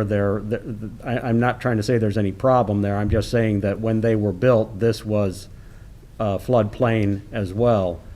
And what the proposal before you is to keep their lots out of the special flood hazard area altogether. Correct. So, yeah. And you mentioned you put executive houses towards the north. Is that more conducive to saving trees, or would Yes. a different type of layout, if you moved 80 by 150, would that be? Because it seems, I mean, in an attempt to try, is there a way to mitigate the loss of Yeah. those trees? And I don't know if a particular type of lot works better up in that area. Right. Yeah, no, we can look at that. And honestly, that pod in the north there, I think we had 400-foot lots in there. And we went back and said, man, we try everything we can on these lots to save trees. We put conservation easements on them, and they either die or they get cut down for houses. So we went back and we said, let's just make some really big lots there in an effort to see if we can save some of those trees. And I would say a good half of them are half of that treed area is outside of the lot area. So We think we'll be able to save a good portion of them, half of them at least. You got like overlaid under there to see where the, Yeah, it's the other drawing has the trees on there, but with the blue, I mean. Yeah, the dark shadow is the trees. right there. I don't see that half of, oh, that's the green.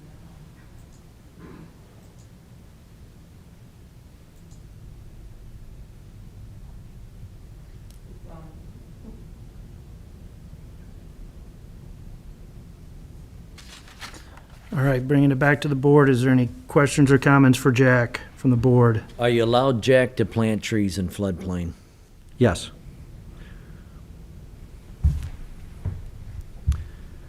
We've done some of that in the existing preserve along the creek. They, I don't know if it's DNR or IDEM, requires a specific type of tree, but we've got those. Would you be willing to go with a lower density for more open space? We're comfortable with the number that we have now, the 136, which is essentially a density of 1. We can, obviously, as we get closer to platting, we can look at moving those numbers around, manipulating them. You know, somebody up there asked if we had more 80s and less 100s, could we preserve more trees? Obviously, we could look at that. I'd be comfortable with a cap of 136. As you had mentioned, that's the number that we're shooting for. And, when we get into the actual engineering, we'll be coming back with a plat stage, so. Is it 136 or 134? I thought it was 66. 136 lots on 134 acres is what we're showing in that plan right there, which comes out to 1.01 lots per acre. All right, let me just do my math again. 66 You're lots at missing 80. the two executive. I have probably, 134 Oh, lots. 2 executives. Oh, okay, 2 executive. Yep. That's where I missed it. Gotcha. All right. Thank you. And similar to the Preserve East, it should be noted that the open space zoning does allow residential development in it, albeit on minimum 2-acre lot sizes. And this would essentially yield 67 lots on open space zoning. So Jack, from the first rendition to this one, where are the 12 lots been removed?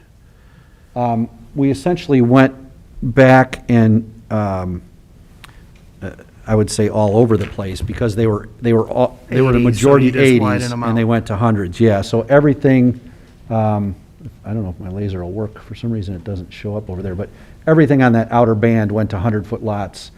And a lot of the stuff around the lake went, a lot of the lots along the creek, around the perimeter, and along the lake went to either 90s or 100s from 80s before.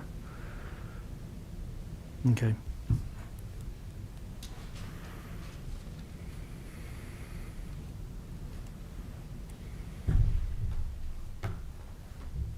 Bringing it to the board. Again, our we have 3 options. No recommendation, favorable or unfavorable recommendation for the rezone. Mr. President, can I Yes, sir. can I make a statement? You sure can. This is for the public. I heard some statements about homeowners wanting to preserve this property so it's not developed. Me legally, as a plan commission member, cannot stop development, just on the sole basis of homeowners wanting to preserve the view. I want to make sure that everybody understands that.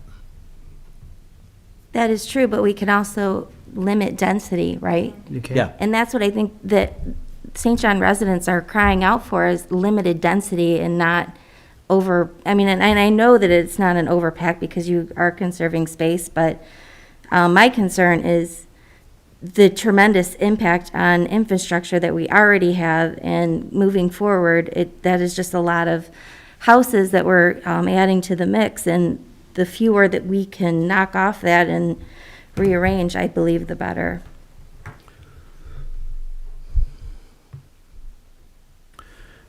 keep in mind the average R1 zoning, I think you had said, ends up at around 1.4, 1.5 an acre, which on a site like this, you would typically expect to see 160 to 170 lots.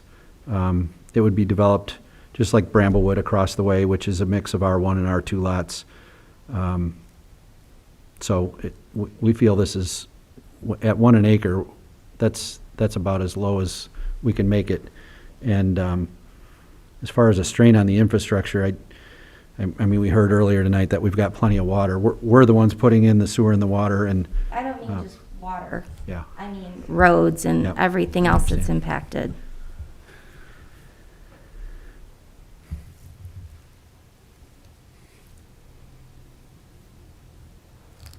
I mean, Donna, is there just, so I pick your brain, I mean, what would you be,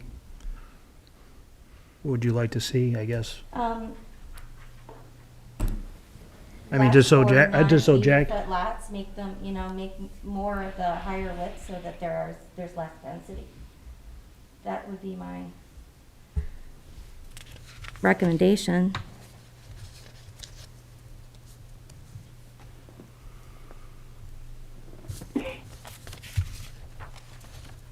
sorry, Nancy and Mike, did someone try to make a comment?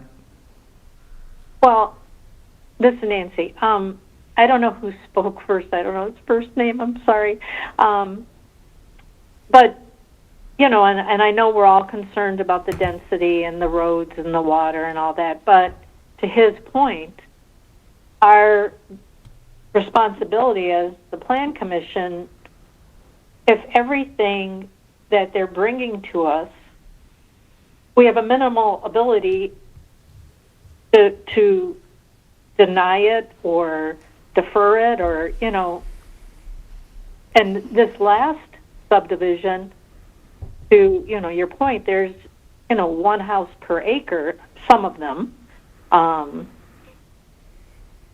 As far as density goes, I don't know how much more we can ask, but some of this lies when it comes to the zoning, and, the town council has, the last say. We have to make sure that they're following all, and stop me if I'm wrong, as I'm new on this commission, but our responsibility is to make sure that for the most part all the checks and balances are done, that they're meeting the ordinances, they're not going over the pipeline, all that kind of stuff. And if they meet that, we have to prove. Yeah. No, like Nancy, Deny just like regarding the last zoning, that was R1. That is the maximum lot size. Right. Open space would have been 2 acres, but on regular, when a zoning comes in, it's automatically categorized as R1, which is 20,000 square feet. With this one, it's RC1. Donna is correct. There is a density question. Right now, he's got 80-foot lots, 90 and 100. As this board, we can make a recommendation based on that density. Do we like that density, or do we not favor that density? So to that extent, we have some sort of, again, it's a recommendation, we have some sort of, a comfort level that we need to feel comfortable with regarding the density of this RC1 PUD. Rick, did I do that somewhat accurately? Yeah, just to clarify, Nancy, I think you're confusing a little bit the rezoning with a platting. When it comes to platting a subdivision, as long as the developer is complying with the regulations of the subdivision control ordinance, that's a ministerial action. There's very little choice that the Plan Commission has relative to that. But in the rezoning of a property, that's a different matter. Right. That is a discretionary function. Adam can delve into that in a moment, but open space zoning, as this is zoned right now, allows residential zoning. I'm sorry, residential development. If this property were shown to be residential in our comprehensive plan, and someone was trying to change the zoning from commercial to some residential designation, we'd have a real hard time denying that. But because open space also allows residential development, we're not obligated to change the zoning to any other kind of residential designation.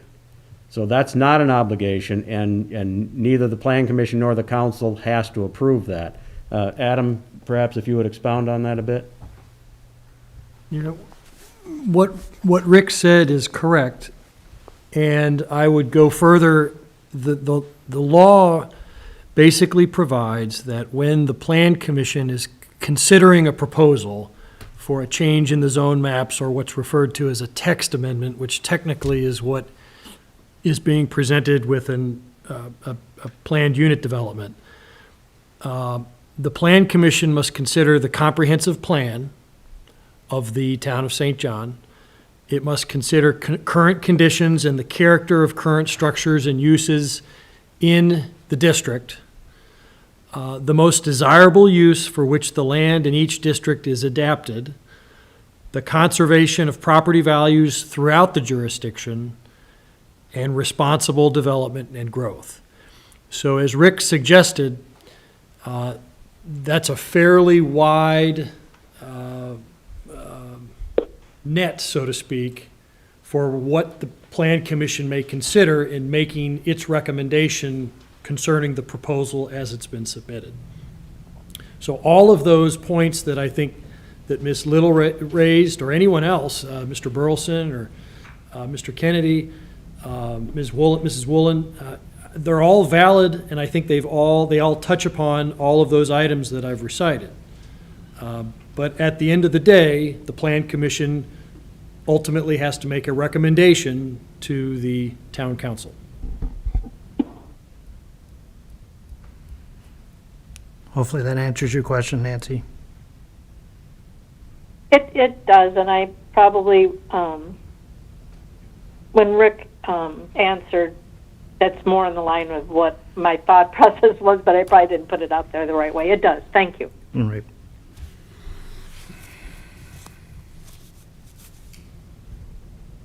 Again, I'll seek a motion for a recommendation. Mr. President, may I bring a topic up for discussion, just for understanding? I made a list here of things, and I thought maybe this would come up.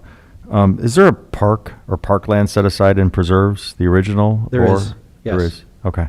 And we're, as we get ready later tonight, hopefully to plat Phase 4, the park is now adjacent to Phase 4, so we're finally there, where we're next to the park. It's our intention to develop that next year. We've been getting some demand from the residents for a park. There's more and more young families moving in with kids, and so we will be developing the park next year. And the second question I had, and I know this isn't the final plan, but going back to the trees and the square of trees. So as I understood, those two giant lots, Yep. you would be saving a lot of the trees. That's why the That's lots our are so, intention, that's why the yes. lots are that big. Our hope would be, and we can attempt to put conservation easements on these lots as we've done in the past. We did that in the first couple phases. By making the lots bigger, hopefully you get one house in the center of those trees, and the landowner that buys that lot saves some of those trees in addition to whatever's around them. So that's the reason for the large lots. Thanks for clarifying that. So you won't assume that those are entirely wiped out.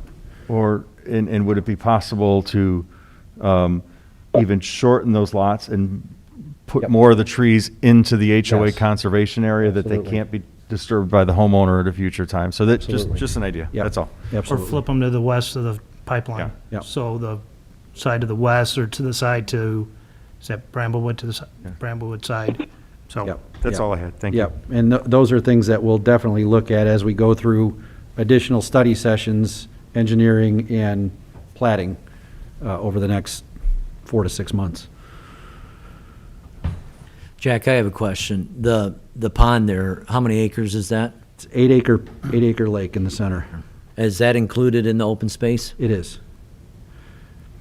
It doesn't need to be that big in terms of detention Detention. requirements. It's built that big as an amenity to the development.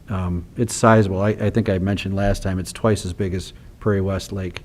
So we would have some we would probably bring up some kind of walking path around it, and, you know, we're looking at stocking it with fish and whatnot, so it'd be a nice amenity. So Jack, Donna was talking about a lesser density development.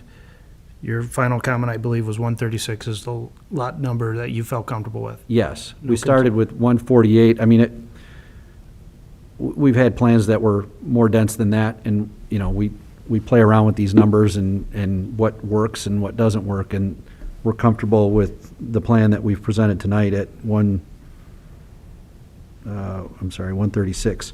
Again, we can look at moving those around to try to save some more trees, and we can do that as we get into the plating process. But I'm comfortable, if you want to make it a condition of the rezone, that 136 is the maximum density we're looking for. And I don't know if it's just regarding trees. I think there's a wider issue regarding it, travel, traffic, those type of items with that, so. Okay.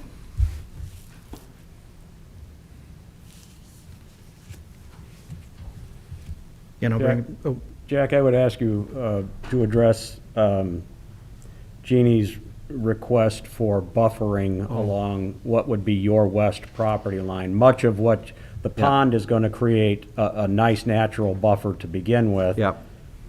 You've got very little area that should impact her property, but typically we, just so you know, we don't require buffering between like uses. So we don't require residential to buffer from residential.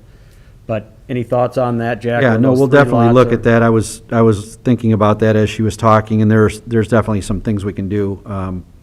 I'll take it back to the team, and we'll brainstorm what we can do there, and we'll have answers for that when we come back for plating.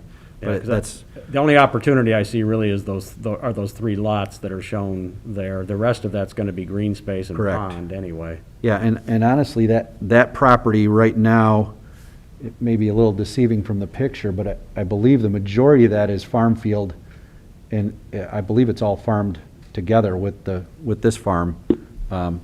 It has the same crop, so it's not, Here? the entire, behind their house, all of that center section is all being farmed, I believe. I don't know if she's still here. It's farmed differently, though. They have soybeans, we have hay. Okay, all right. Okay, thank you.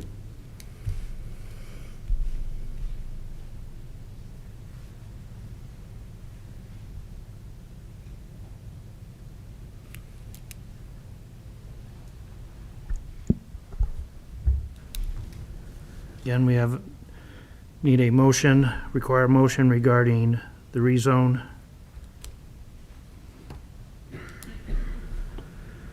Favorable, unfavorable, no recommendation.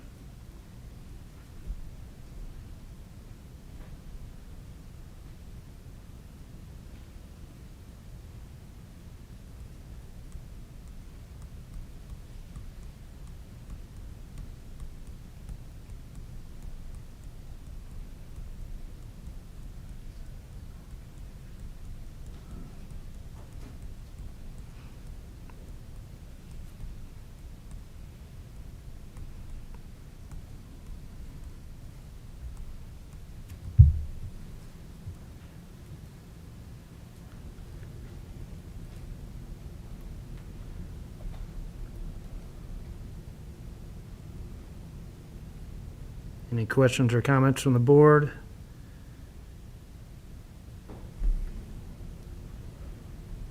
Mr. President, let me ask Mr. Decker, if there is no recommendation, no motion of any kind, is that necessarily a no recommendation? I would say, yes, Mr. Everly, if there's no action taken at tonight's meeting, and it's not deferred to a future meeting, then that would be a no recommendation to the town council. Then I will ask the board if a deferral would help a motion, someone to make a motion. If not, then we will just, how would I would proceed with that, Rick? I would Well, just give it another minute, and if no one makes a motion. I would ask for another motion, and if there's no desire for a favorable or unfavorable recommendation, I would at least ask for a recommendation for no, a motion for no recommendation, so you can get it off the table. But no response, as Mr. Decker indicated, is the same as a no recommendation, so. So the board, you heard the comments from Rick. Mr. President, if I may give a little bit of guidance. In cases like this, I enjoy the dialogue. It's very good, and I appreciate you all volunteering and doing what you're doing. So if there's items that you're concerned about, like how that's going to pan out with the trees, or little tweaks and things here and there, it's just fair and good business to work with the developer. And sometimes that just means a deferral and saying, okay, can you go back and bring us better detail, or can you try to do this, or try to, it generally leads to more production instead of just, if no recommendation, you're not really making progress. It's kind of frozen, right? So, I'm not telling you anything, how to act, what to do. You guys are free to do whatever you want, but, I found in my past history sitting in your chairs that a deferral sometimes gave you time to sort things out and get better clarity, and keeps the process moving, so. But it's whatever you feel. I have no influence or vote here. Can I ask a question? Yes. So if we, there's a motion for deferral, and we want to talk more with the developer, or, I mean, do we just assume that they know what we're concerned about, or how does that? I think he would have an understanding of our conversation tonight. Okay. He would, well, Nancy, then he would come back. There would be a study session on the third Wednesday. And then we would put it on the agenda for the first Wednesday in October I closed the public hearing, Rick. I did close it, so. Okay, well, but you're free to have your. Am I free to reopen it? No, well. There's no requirement to have any further hearing if you've closed the hearing. It's deferred. Okay. You'll still be able to have your study session, and then the study session 2 weeks from tonight, and the regular hearing in meeting October. on October 7th to decide the matter. So that's what would happen, Nancy. Okay, I just wanted, to know the process of how we get into conversation, about this and what our, that answered my question. Thank you. And then as, Councilman Panzik says, if we make just a no recommendation, this plan as is would go directly to the town council. Correct. So again, I'll ask for a motion or none at all.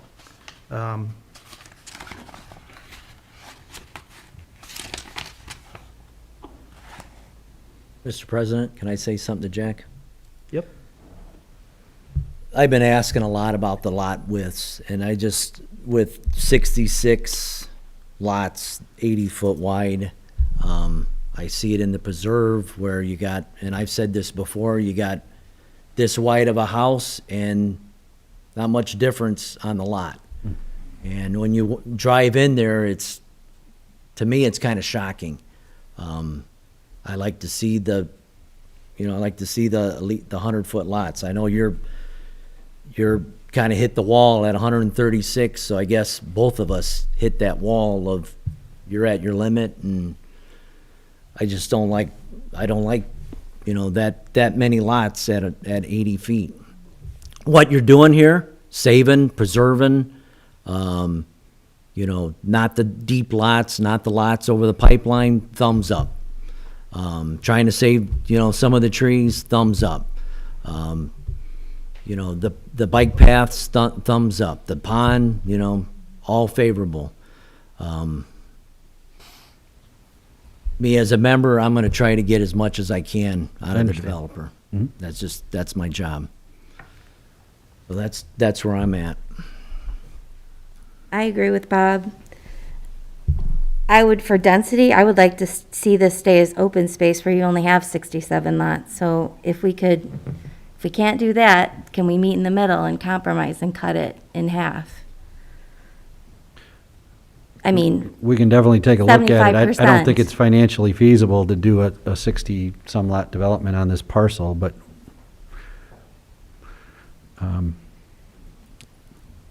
I'd be glad to take a look at it and come back to another study session and show you what our options are. Jack, how about taking 66 at 100 feet and 46 at, flip those two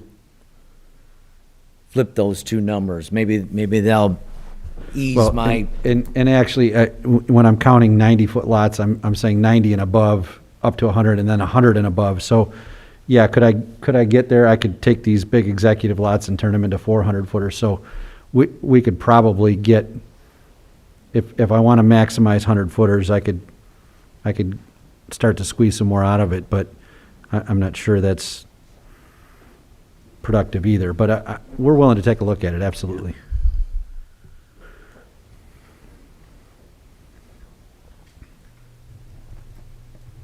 And this is Nancy, and I'm right with where Donna and Bob are, so. Okay. so I the like- options are favorable, not unfavorable, defer, or no recommendation. It sounds like you're looking to defer this so that we can have further discussion at next So he can review. study session and then come back to the October meeting. So you'd be looking for a motion to defer.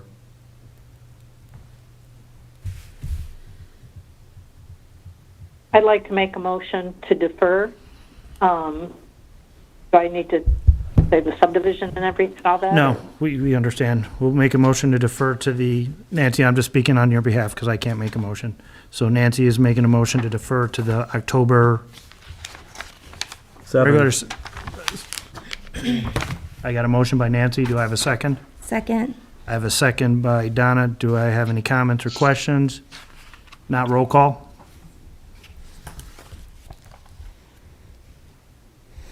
Margaret, are you still there?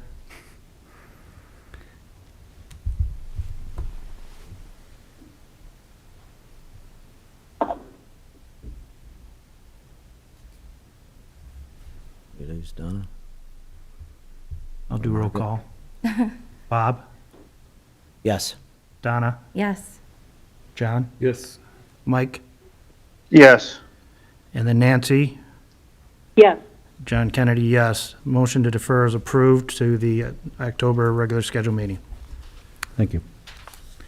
Next on the agenda, we have another public hearing for the Schilling Development Preserves LLC. This is to rezone 134 acres lying Nope. west of the preserves, north of 101st Avenue. That's the one we just did. Oh, Jesus, I'm reading the wrong one, I'm sorry. This is Greystone, Unit 3, Schilling Development, hearing action on the rezone of 40 acres of land on the west side of Calumet, immediately south of Greystone, Unit 2, from open space to R3 PUD, to develop 148 units in combination of single-family cottage homes and duplexes. Resultant density in 3.17 per acres. With that, Jack, I will turn it over back to you. All right. Good evening, Jack Slager with Schilling Development, representing CWS Holdings, the owners of Greystone Development. This is regarding the 40-acre parcel that lies west of Calumet and south of Greystone Unit 2, north of the Protestant High School. And we've, again, met at a couple of study sessions and looked at this. I'm assuming Rick's going to pull it up here. We did do a little tweaking on the design since the last study session, and we came back with a few less units. And we cut out some of the paired villas or duplexes. We actually decided to rework the street layout, and we added an additional C1 professional office lot along Calumet. And we eliminated 4 duplex lots in order to do that. So it also expanded the park slightly by pulling that center section further south. But other than that, it's essentially the same layout. Again, this is currently zoned open space. We're seeking to rezone to an R3 PUD and a C1 zone, C1 for the 2 lots along Calumet. We would expand the park and the bike path along the pipeline. We would continue the sidewalk down Calumet towards the schools. We're going to continue with the same two builders that we have in Greystone, Schilling Construction building cottage homes and McFarland Homes building the paired villas. We would continue with strong covenants, same as they were previously, heavy architectural control, heavy landscape requirements.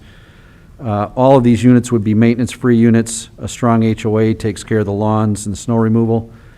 On these units, they are upgraded units. We put a heavy emphasis on the architectural control. These units have granite countertops, ceramic floors, drywalled and painted garages, so they're very upgraded units. The cottage homes are on 60-foot lots. They're between 1,800 and 2,000 square feet. They're averaging between 350 and 400,000, and some of them have gone up to 500,000 with finished basements. The paired villas are on 90-foot lots. They average between 1,700 and 1,900 square feet. They're averaging between 250 and 350 per side, and up from there. We've seen some even higher than that. So again, that's a half of a paired villa, or a building that's an entire building that's ranging between 500 and 700,000. Our total density on this one is now down to 144 units on 40 acres. And again, we heard a little bit last time saying you'd like to see some more of the professional office lots. We added, there was an existing professional office lot at the corner that was in the previous phase. We had shown one, now we've shown two additional, so there's three altogether there.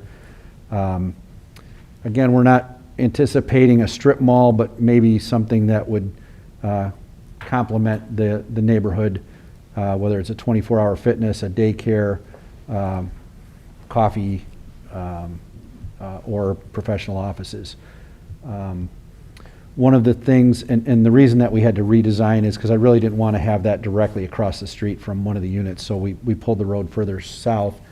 But one of the things we would ask, that now that we've got three separate lots, and of course they could be combined if you had one large user, but I was looking to possibly discuss the option for having a right-in, right-out for the lots 2 and 3, so that you're not taking all of that traffic into the development for those service businesses, although they would have access from both. So other than that, the plan is the same as what you've seen the last couple times, with a few less units. Where would the right and right out be? Right at, I put it on the lot line between lot 2 and 3. There's a little gray blob there that is supposed to, yep. See how far it was from the entrance to. Yeah, it's probably 500 feet south of the light. And just a recap, can you give me the total numbers of duplexes and cottage homes again? Yeah, it's really small in here. 47 paired villas, totals 94 units, and 50 cottage homes. Ken, can you hear me? You fell asleep. Yes, I can hear you.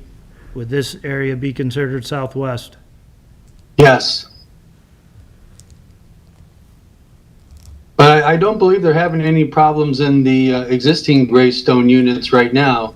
And like I said, our production is fine, and we are meeting all the standards that we need for fire protection and for servicing the lots that are already there.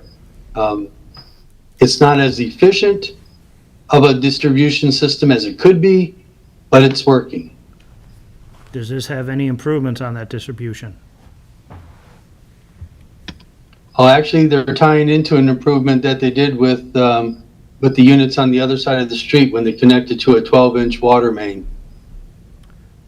Yeah, there's a 12-inch, existing 12-inch main on Calumet. And I don't know, Ken, if that's yet been connected down to Ileana, but I believe there was another 12-inch that was run for Ileana High School. Yes. And, at 109th and Calumet. So there's there's two pretty sizable water sources in this area. So Ken, is there a pinch point on this, in this area, or you're saying the wells are pumping enough, but you can't get it, you can't get the volume to this? Yeah, they have a connection to, is that Silverleaf next to you or Saddle Creek? But, yeah, it's kind of a combination of the two. It's right at the border, but I think we're actually tied into Saddle Creek. Right, there was a water main coming through the site on a diagonal that they had to reroute in order to put their streets and roads in the way they wanted to, and that connects to a 12-inch on Calumet Street, which goes south all the way down to 109th and then to the high school that's there. There is a gap north of Greystone, between the north property line of Greystone and 101st, that I would love to see filled in sometime. But right now, that's not there. But if it were there, it would make it more efficient. But it's still, the water's still being delivered to this area.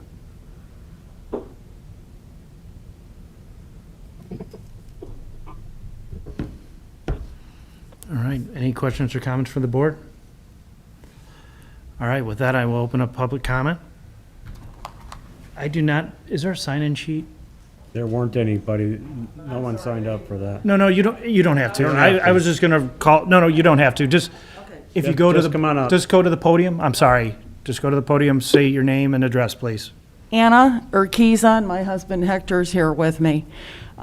We live at 14928 109th Avenue, and we have 19 and a half acres there. 2 lots that were subdivided with the county, and we maintain our hobby farm for horses there, and use the excess acreage, which is, it was agricultural, still is, for hay. The subject property Greystone, the expansion of it and the rezoning that is proposed is effectively north of the property, but doesn't directly abut it. When I came in and spoke with Rick Eberly last week, I think we're about 30 feet off that property line, exactly. But my concern with the density and the development, and I heard this gentleman who was sitting over here mention the fact that there's some proposed wells that might be going in at Shoe Corner. I think that most of the people on 109th are currently on well and septic. And we very much appreciated when St. John came in and annexed that sliver of land to the north of us, which kept Dyer from annexing us into Dyer and into their water systems. My concern with the development is what I've heard here, and I know that there are additional studies that need to be done, but my concern then is not so much the impact on the St. John, because I'm not in St. John. I'm technically still in the county and in Hanover Township, but the impact that those wells might have on my current well and the water quality in it, which happens to be very good water quality, is not the rust. And we used to live on Northcote Court and Homestead Acres, so I'm familiar with what St. John water is. And then the other people along there, that many are still, on large acreage parcels and are still farming some of the land or maintaining horses or cutting hay. The impact that it'll have on the wells that we've currently got there and the water lines there. So you don't have to tell me now, but I would like to come in and understand then when these studies are done, and I appreciate the fact that perhaps since I'm not in St. John, I'll have to work through the county and maybe the state to understand the impact of any additional wells and the impact on my water supply there. But the other thing that just occurred literally in the last 2 weeks is, if you look at the plan is not up there right now. I'll pull it up. But where that here. gas pipeline is. Right okay, here, here's the plan. We have, right along in there. I had the county sheriff's department come to our house last week, basically, because the individuals that are working on the improvements to the pipeline were concerned about shots being fired, and certain people in the neighborhood, and it's not only us, we built we've got the property, we are legal, right to carry in Indiana. My husband and my son built their own firing range on the back of the property during COVID when things were shut down. And it was not our bullets that were going there, at least from what the sheriff and the people from the gas pipeline could determine, but there's other farms and properties and some folks down along State Line that have not taken the precautions that we did to build up the berms, so we're not firing indiscriminately. And apparently some of those bullets have been going over there, that the workers that have been working on the pipeline are concerned. So what concerns me now is the proximity of those paired villas along those property lines, whether it's, and I don't think it's us that's impacting it, but other families along there, and what the impact then will be on our property, and quite honestly, what our rights are. And I don't know that anybody's considered that, but you might want to talk with the county sheriff, because they've been down there. In fact, I think St. John police were notified, because there were some bullets just this past week, because I walk now that I'm retired down to the dead end and up to the 2 high schools there. And I saw 2 sheriff's cars at 5 o'clock in the afternoon when I was doing one of my daily walks. And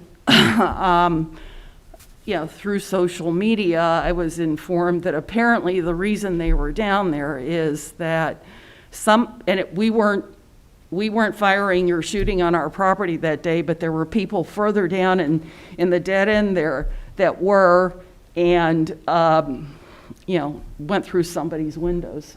So I think that's, I don't know, but again, that's a second rights amendment. That's your Second Amendment rights that might be impacted there. And I'm not sure people want to live there if that's going to be happening there. Understand. I appreciate you letting us know. And how will I know about the water?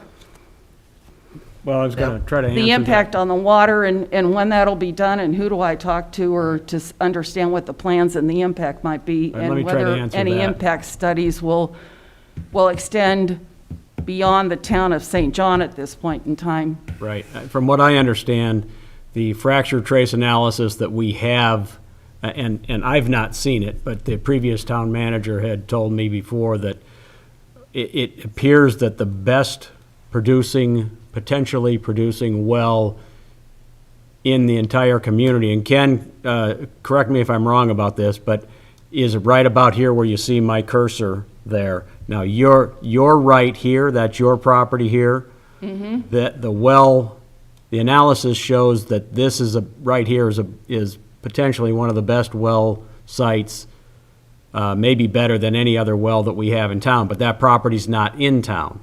If and when this property gets annexed and we see development occur on here, as Mr. Pancic indicated earlier, we would ask the developer to set aside to allow us to drill a test well there to see how productive it might be. And then if it appears to be productive, we would likely require that land to be dedicated to the town. Similar, Jack, to what you guys did. You allowed us to dig the test well at 101st and White Oak on your property, right? Yeah, and that is, you have the correct spot. That is where the fracture trace showed it. And I know part of the exploration process for a new well like that is analyzing the impact of the adjoining. The adjoining wells. properties? That So all we has would to be done getting when they notices and get to that copies? point, and that's years and years away. Yeah, Okay. yeah. But let me ask another question in terms of if there are other studies there that I could, that have been done then with all of, and I have great regard for the quality of Schilling's development, okay? I happen to have been, former career was commercial real estate development. So, but the additional density and the additional subdivisions that are currently putting the pressure on the wells that I'm hearing, that I heard discussed today, what impact does that have then, since there seem to be gaps in this area where we live in terms of just the water levels for the, you know, the water levels The in the aquifer, area? the groundwater, and Yeah, the aquifer. Yeah. Well, Ken, can you address that question? Not very well, actually. That's not quite my bailiwick, but from what I understand, when a test well goes in, they do a test pumping on it, and they determine how much the aquifer goes down at whatever rate they're pumping at. And then from that, they can determine how far spread out it affects the aquifer. So if they have a really good producing well, but the aquifer doesn't drop at all, it won't affect you at all. But if it drops dramatically, then we're sucking water from far away. So that'll all go into a report to determine whether or not it's a good well site to use for community purposes or not. So we would have to wait until, test well was dug and tested. And Ken, that's part of your study that you're being proposed. And Yeah, what- there's, Yeah, right. so we got some time before that report Okay, is done. but what about what well, or what wells are currently providing the water supply to the existing Greystone subdivision and also then will to the expansion? Let me All of just, the wells in town wait, Ken, hold on. contribute to Ken, hold on. distribution. Ken, hold on. Okay, this public hearing, if you would state your Okay. public comment, Mm-hmm. and then if you have any questions, and then when you're done with your questions, and then we'll either have Jack Okay. or Rick. So Okay. instead of having this dialogue back and forth. I understand. Okay. Okay, thank you. Those so- are my concerns. It's primarily water supply and impact on existing homeowners that rely on their own private well and septic, and recent issues with regard to gun rights. Okay, thank you very much. I didn't mean to cut, is there anything else? I just, No, I'm good, okay. thank you. So I guess one of the questions, Ken, was what water source currently provides water to this subdivision, or at least a phase to the north, the Greystone? That is all our wells, correct? That is correct. All of the wells, all 5 wells currently running in the town, all contribute into the distribution system. The distribution system isn't divided up by each well. They're all connected. And the more connections that are made, the more efficient the water can travel through them. And then, We're getting out to the extremities of the town, and the grid system isn't completely closed in yet, but it's still working. I want to stress that. We're not putting anybody's property in risk by the system that we have in there now. Yes, it can be made more efficient, but it still is working, maybe not as efficiently as it could, but it's still working. I just want to make sure my grass is green. And then the second question was, some sort of, someone commented on a potential well somewhere along Shoe Junction. We don't know, that test well hasn't been studied. Currently, there's no information that will show any impact to surrounding neighborhood or property owners, correct? And if. Right. We but- just have the fracture study that gives an indication of where the best place for a well to be drilled. Just because it looks like on the fracture that it's a good place to get water from, just like the one at 100 and First and White Oak, it looked like a really good place to put a well until you tested the water and you came out with all that iron in it. Okay. So there are things that they won't know until they do the test. And once they do their test, they will find out the impact to the surrounding property owners. Yes. Okay. Good. Anyone else would like to comment?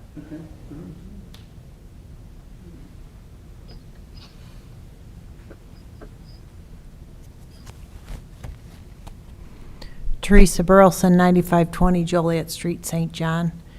I see this development as targeting more of an older population, and being a lifelong resident of St. John but still young, my concern is down the road when the baby boomers are gone and we have this high-density area that might attract people with lower incomes because there's so much in St. John, that I think that we might consider a need for like a community center specifically to keep the older population, to have it to be something that would attract an older group of people, because especially older people, they're not going to be driving around a lot in wintertime when the roads are bad or at night when it's dark, and to have some sort of a facility close by for them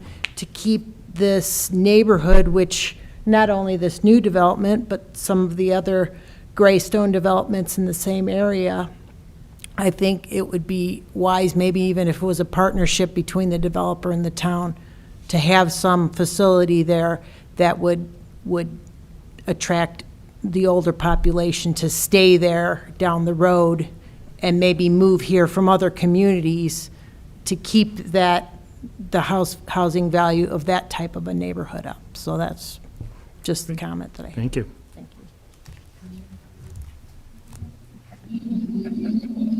The last one from the general public, would you like to make a comment? Awesome. All right, with that, I'm going to close public comment, bring it back to Jack. Jack, I do have a question. Currently to the north is the same zoning, correct? Yes. To the west side of Calumet, what is that zoning? East side of I'm sorry, Calumet. east side. East side of, is that like? It is R2 PUD, I believe, is what we ended up with on the Greystone single family that's on the east side of Calumet. Single family, okay. The stuff to the north is this same zoning, the R3 PUD. The stuff to the north of Greystone Drive is a combination of the villas and the cottage homes. And then south of the pipeline and Greystone Drive is the R2 PUD single family lots. And south of you and to the west of you is, does that school. count? That's a school, so you wouldn't go School. farther south. Right. And then to the, okay, that's all. Yep, that's it, basically. Okay. And is the ratio between the cottage villas and the paired villas or cottage home, is that percentage similar? Yes, yeah, about To half, because we got 2 50-50. builders in there, and they're working at about the same pace. Okay. I will say, Teresa had brought up some good points that I had meant to mention earlier, is the demographic that is going in here is generally, because of the maintenance-free, and these are, again, they're high-quality units, but it is an older, typically retired crowd.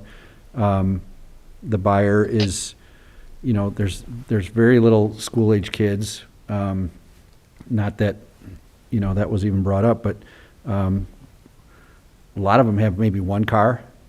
The traffic generated out of this is way less than what we see out of the single family. Sometimes we'll see some singles buy these, but they generally don't stay long. It's generally the retired crowd that are buying them because of the maintenance-free status. So. I guess I'll talk about the elephant in the room. Density, I know the last rezone we looked at, there was concern about density. I don't know if that might be a concern for this board on this one now as well. I'm sure. Yeah, I understand. And, we look at every parcel of land that comes our way, and again, this is no different than the last one. The landowner says, I'm ready to sell. They come to us, they say, we'd like to sell to you. If you don't want it, let us know, and we're going to the next developer.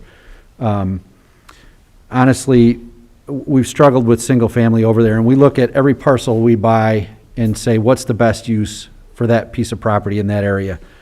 In this location, we've got older surrounding developments to the west and to the east of us that are not upper scale developments. We've got some county, we've got Emerald Crossing to the west of us, which is a combination of villas, cottage homes, some smaller homes. We've got some of the older developments in town with some multifamily zoning to the east of us, Silverleaf. And for us, this parcel just doesn't work as a single-family development. It just doesn't. We've tried to do some single-family in Greystone, and it's been a struggle. It competes against the preserve, and it's just not, it's flat, there's no trees, there's no character to it, and we just can't make it work as a single-family development. So this is what we'd like to do here.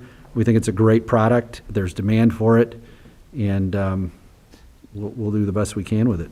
You don't control the property, that sliver to the west of you, do you? No, but it is in town. That's why we stubbed the road there, because it's within the town of St. John boundary. I guess one of my concerns I've always had, like with Three Springs, is just continue on with the paired villas or the duplexes and stuff like that. So I know that's Yeah, it's just, that's why, I mean, Yeah. it seems easy for the rezone because you have the Yeah. paired villas and the cottage homes north of you. Yeah.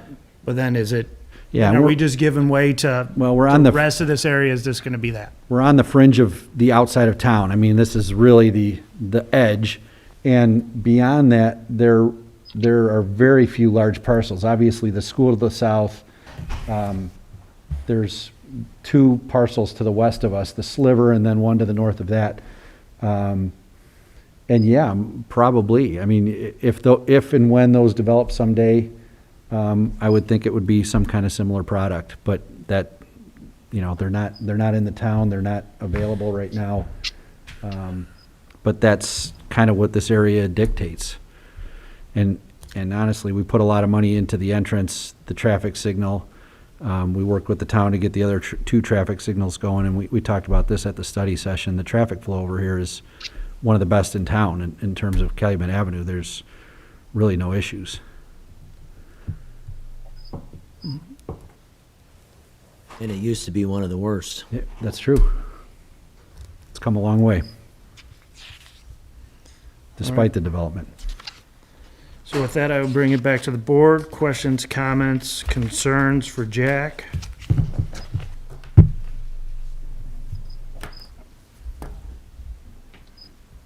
Yeah, I'm concerned also with, the amount of cottage homes and paired villas, and I guess, we accept this, then what's the next property? The northeast part of Calumet Avenue and 109th. Oh, you did it here, why not do it at the northeast corner? And then Rick, this is a question for you, south of 109th? Like the southeast corner, could that possibly be in St. John also? Oh, sure, that could become annexed, yeah. Yeah. Yeah, we can go all the way down to 125th Avenue. 125th. So I just, it just continues on and on and on, and I know it sells for you guys, but it's just, I'm looking for future down the road.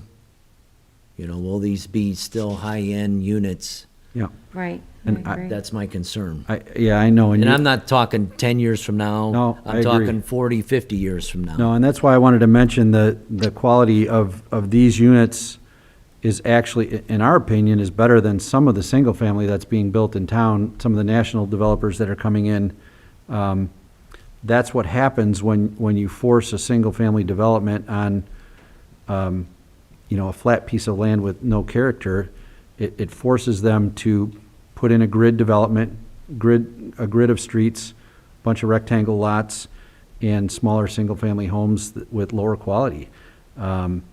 Honestly, if we're talking a paired villa or a duplex that's between $500,000 and $700,000 on a 90-foot lot, I think, if this was forced to go into a single-family development, you'd be looking at $300,000 to $350,000 homes. And that, I don't know that that's what the town wants either. The density is the issue, I believe.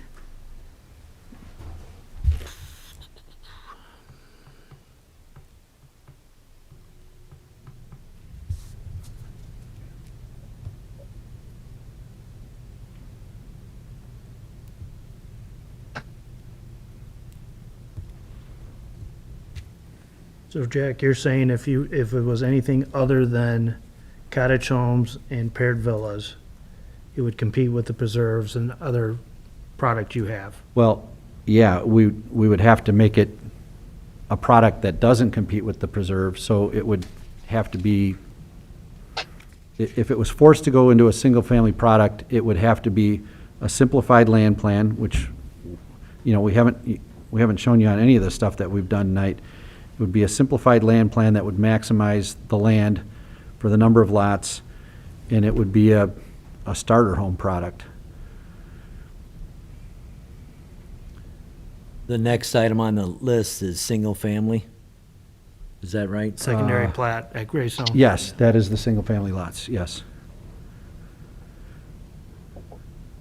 So you must be selling some if We you are selling want, some. if you're, We did 24 lots in the first phase 4 years ago, and I think I've got 6 left. So it's a slow road. Are those starter homes? They're, hang on just a minute. Yep, okay. They are, I would say, Greystone works in like a $400,000 to $500,000 price range, whereas Preserve we see as 500 and up. Okay. But it's struggling say in that that's not a in that starter home. 400,000. I don't No. think any home in Well- St. John is a starter home anymore. No. Yeah, unfortunately it is, but that's not to say, we have builders all the time that are asking us, where can I build a lower price product? And we're saying, not here, not here. There's a demand for it, as we can see other developers are doing it. But we've tried to make our products a higher quality than what everybody else is doing.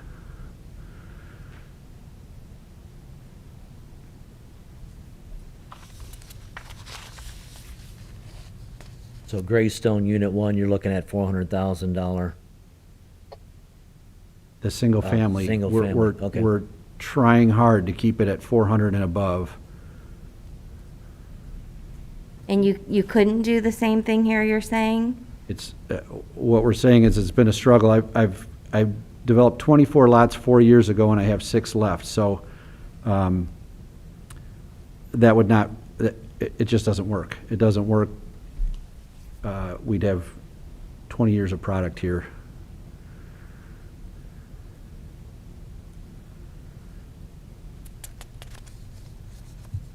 And this number of units, this 47 and 50, is a number that you need to feel comfortable with to, Yeah, again, I would think that would be a max still. We haven't done the engineering. We'd have to make sure every lot fits with this building. This is a concept land plan, so that would be a maximum. It could go down from there. It won't go up.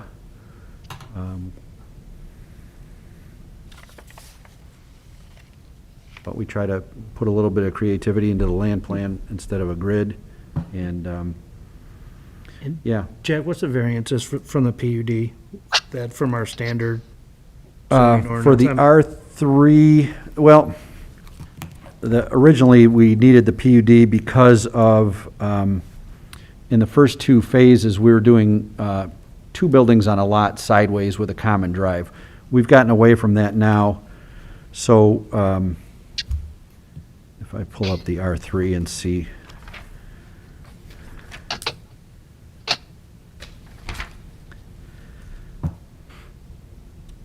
Well, a standard R3 lot, you can make the argument that it is 10,000 square feet, 15,000 square feet, or 20,000 square feet. That's one of the things we plan to correct when we revise our zoning ordinance, but at minimum, it's a 10,000 square foot lot with 90-foot lot width. Yeah, and these are 90 by 150, so they're 13,000 square feet 13.5, lots yeah. at least. Yeah. Is that for the cottage or the paired villas? Paired villas. The paired villas, yeah. There, probably the main variance would be the front yard setback, which is typically required as a 40-foot, and we have done 25-foot front yard setback instead of a 40-foot setback. Other than that, we meet We meet just about everything in the R3. The minimum floor area in an R3 is 1,400 square feet. All of our stuff is 1,700 to 2,000.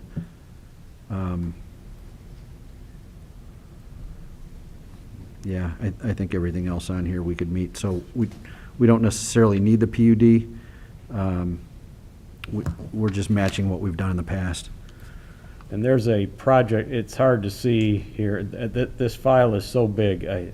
Yeah, sorry about that. It takes a while for it to redraw, but there's a project summary down here that Jack's referring to that lists the number of cottage homes and paired villas.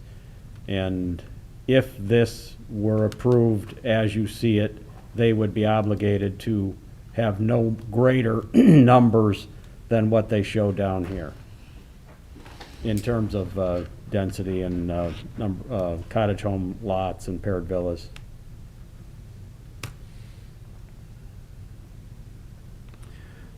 So they could come in with fewer than those, but not greater than those. So the only difference is a front yard setback from 40 to 25. Correct, That's what's currently to the north. correct. And is this just less driveway, so? Yeah. My grandmother one hit it. Yep. hit the garage or something, okay.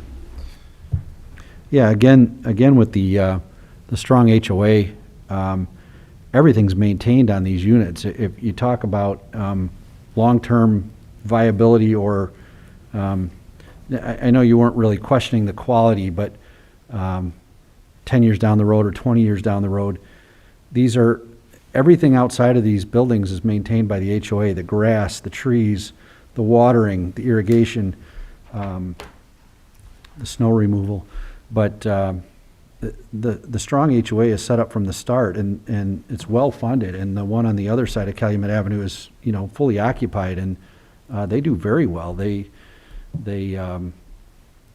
just voted last week to seal coat all their driveways, and they're replacing dead trees, and, I mean, they're taking care of it better than your typical single-family development that would go in here. You have one person that waters, one person that doesn't. The grass is dead, or it doesn't get planted, the weed, it's just, I'm just surprised that there isn't more favoritism towards this.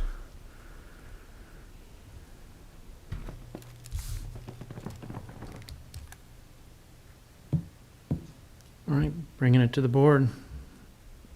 Questions, comments? One more question. Is it going to be kind of the same gray style? I'm not saying that in a negative way. Yeah. Just, is it the same style, same color, stones, same? Same style. We've actually worked with McFarland to expand his color palette. He was at 7 color options. He's now at 27 color options. And we push on both of these guys constantly to increase their architecture on their units, add more variety, give us some different roof lines, turn one left versus right so they don't all look the same. We approve every building that's built in every one of our developments. We look at the architecture, we look at the site plan. John would know this because he sees a bunch of them come across his desk. Mm-hmm. So whether it's in preserve or graystone, whether it's a cottage home or a villa, every one of them goes in front of us. We look at the floor plan, we look at the amount of windows, we look at the roof lines, we look at the site plan, and we analyze it, and many times we kick it back to the builder and say, it's not good enough, we want more roof lines, we want more windows. So that's the same on all of our developments.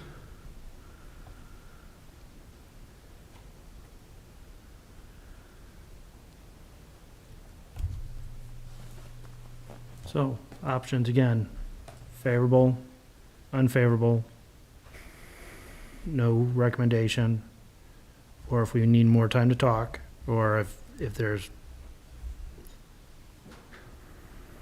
options for less density. Jack, I mean, I'll put that on you a little bit. If this board would like to defer and see maybe a less dense, if that's something. I can show you what that looks like. I don't think you'd like it, but I'd be glad to show you what it looks like, yeah. I'm Yeah, just trying to find a You have level one that the now or board, no? the board I do feels not. comfortable with. I've done one. I know what it looks like, but I can bring it. Yeah. I mean, it's, Nancy, Mike, I don't know if you understand that, but I'll seek a recommendation of any of those potential four.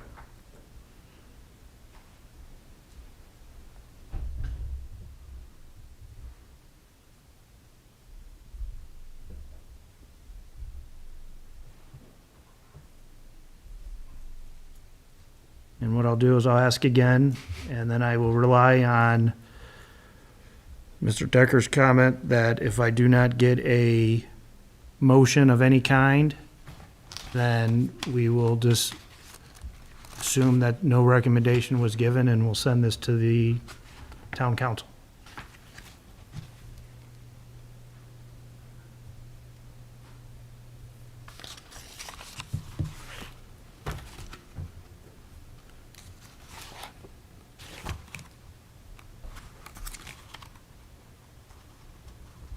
Is there a time limit? All right. You said it, Mr. All right. President. A no recommendation has been, I don't even know what I say. Adam, can you put that into words for us? A no recommendation has been determined, and this goes to the town council. Yes, Mr. Chair, I think the record can reflect that the chair entertained a motion, that there was no motion made, no action taken by the Plan Commission. Due to the fact that there was no motion to defer, the matter has not been deferred to next month's meeting, and so therefore, the Plan Commission forwards and certifies no recommendation to the town council. Okay. Can I, can I request a deferral? Sure. I will ask I would again. I will- prefer I would prefer to discuss it further and come back to another study session and see if we can work through this. I will ask the board. A request for a deferral has been asked. Does anybody want to make that recommendation? If not, I'll make a motion to defer. I got a motion from Donna to defer. Do I have a second? Second. I got a second by John. Margaret, are you online? She is. All right, Margaret, could you do roll call, please? As long as you can hear me this time. I thought I did a pretty darn good I'm- job the last time, but I prefer you to do it. My audio cut out and I don't know what happened. I had to completely close out and come back You were in. watching Netflix, don't tell me. Go ahead. Mr. Burleson, Yes. Mr. Gill, Yes. Mr. Gillette, Yes. Ms. Little, Yes. Ms. Wooland, Yes. Mr. Kennedy. Yes, motion to defer approved. We will see you in 2 weeks. Thank you. Well, actually, you've got to stand up here. I'll- We should I'll get you a stay. chair. I'll stay. All right, next on the agenda is, good night, thank you. Is item E. We have a secondary plat approval for the single-family selection of Greystone. Let me read you the letter from Ken. We have reviewed the secondary plat for the let me make sure I got the right one. Okay, reference project and have the following comments. The subdivision project is for 39 residential lots and associated facilities on 14.757 acres. 2, we have reviewed the plat and find it to be satisfactory. 3, the development fee for this is $14,945.92. Was that what was paid? Yes. That was paid yesterday. And that was paid yesterday. Was. And then 4, the public improvements are not complete. A letter of credit should be submitted to the town in the amount of $45,048.30 to ensure the improvement will be installed, or if a surety bond or other method of ensuring the completion of this work is submitted, it should be in the amount of $53,238.90. And we have the letter of credit. So we don't need to make a secondary motion for the town to approve, or we You do? will. We do, Yeah, okay. yeah, you So if will. I could get a motion regarding approval of the secondary plat? I make a motion for secondary plat approval for Greystone Unit 1, Block 5. I got approval by Bob. Do I have a second? Second. I got a second by, I'm going to give it to John. That's You don't fine. mind. Got a second by John. Questions, comments? Margaret, please. Mr. Burleson? Yes. Mr. Gill? Yes. Mr. Gillette? Yes. Miss Little? Yes. Miss Wooland? Yes. Mr. Kennedy? Yes. Next on the agenda, we have, Oh, let's Gotta do the approve letter it. of credit. Let's Oh, I'm sorry. send the letter of credit to the thank you, council. thank you. Just one step ahead. I need approval, recommendation to the town to accept a letter of credit in the amount of $45,048.30. Do I have a motion? Motion for letter of credit for Greystone Unit 1, Block 5, to the town council in the amount of $45,048.30. Got a motion by Bob, second? I second it. Second by Nancy. Roll call, please. Mr. Burleson? Yes. Mr. Gill? Yes. Mr. Gillette? Yes. Ms. Little? Yes. Ms. Wooland? Yes. Mr. Kennedy? Motion yes, motion passes. Thank you. Next on the agenda, item F, Schilling Development Secondary Plat Approval for the unit for the Phase 4 of the preserves. Let me read the letter from Ken. 1, this subdivision project is for 62 residential lots, 2 outlots and associated facilities on 32.466 acres. 2, we have reviewed the plat and find it to be satisfactory. 3, the development fee for this is $25,736. And the public improvements are not complete. The developer asks that the signatures of the plat be withheld until the improvements are completed. Questions, comments? The fee was paid today. That's what came in. They just started, yeah, that one we paid today, and they just started putting the streets in today, so it'll be about 2 weeks, and will be completed. We didn't want to wait a whole nother month. So then Donna and I will sign once we get to go ahead? Yep. Okay. Very good. I have the letter. Do I have a motion for approval of secondary plat? Motion for secondary plat approval for Preserve Unit 4. Do I have to reference the letter? No, you're good. I got approval from Bob, or motion to approve by Bob, second. Second. Second by Donna. No questions, comments, roll call, please. Mr. Burleson? Yes. Yes. Mr. Gill? Yes. Mr. Gillette? Yes. Miss Little? Yes. Ms. Wooland? Yes. Mr. Kennedy? Yes, motion passes 6-0. Thank you. There's no second, I think, all right. All right, I think that's it. I think you are done. Thank you, Jack. Next on the agenda is G, and we did that. Public announcement. Dale Lenti will be seeking primary plat approval for a one-lot subdivision at 1081 Schneider Place. Mr. President, could I stop Jack just a moment? Do you want to wait for them to sign these plats tonight, or do you want to get them tomorrow? We'll get them tomorrow. Okay, sorry. Go ahead. Is this the one we talked about the bank on 231? Behind the bank on, yeah. Yeah, or, yeah. Yeah, it's Okay. 2 lots into 1. Did that go before, that doesn't have to go before the BZA, does it? They already did. It did? It got, Must have missed that meeting. it got it. Yeah, you were not there. It got a. I would have made the August 17th, by the way. My meeting got canceled. I was actually in town.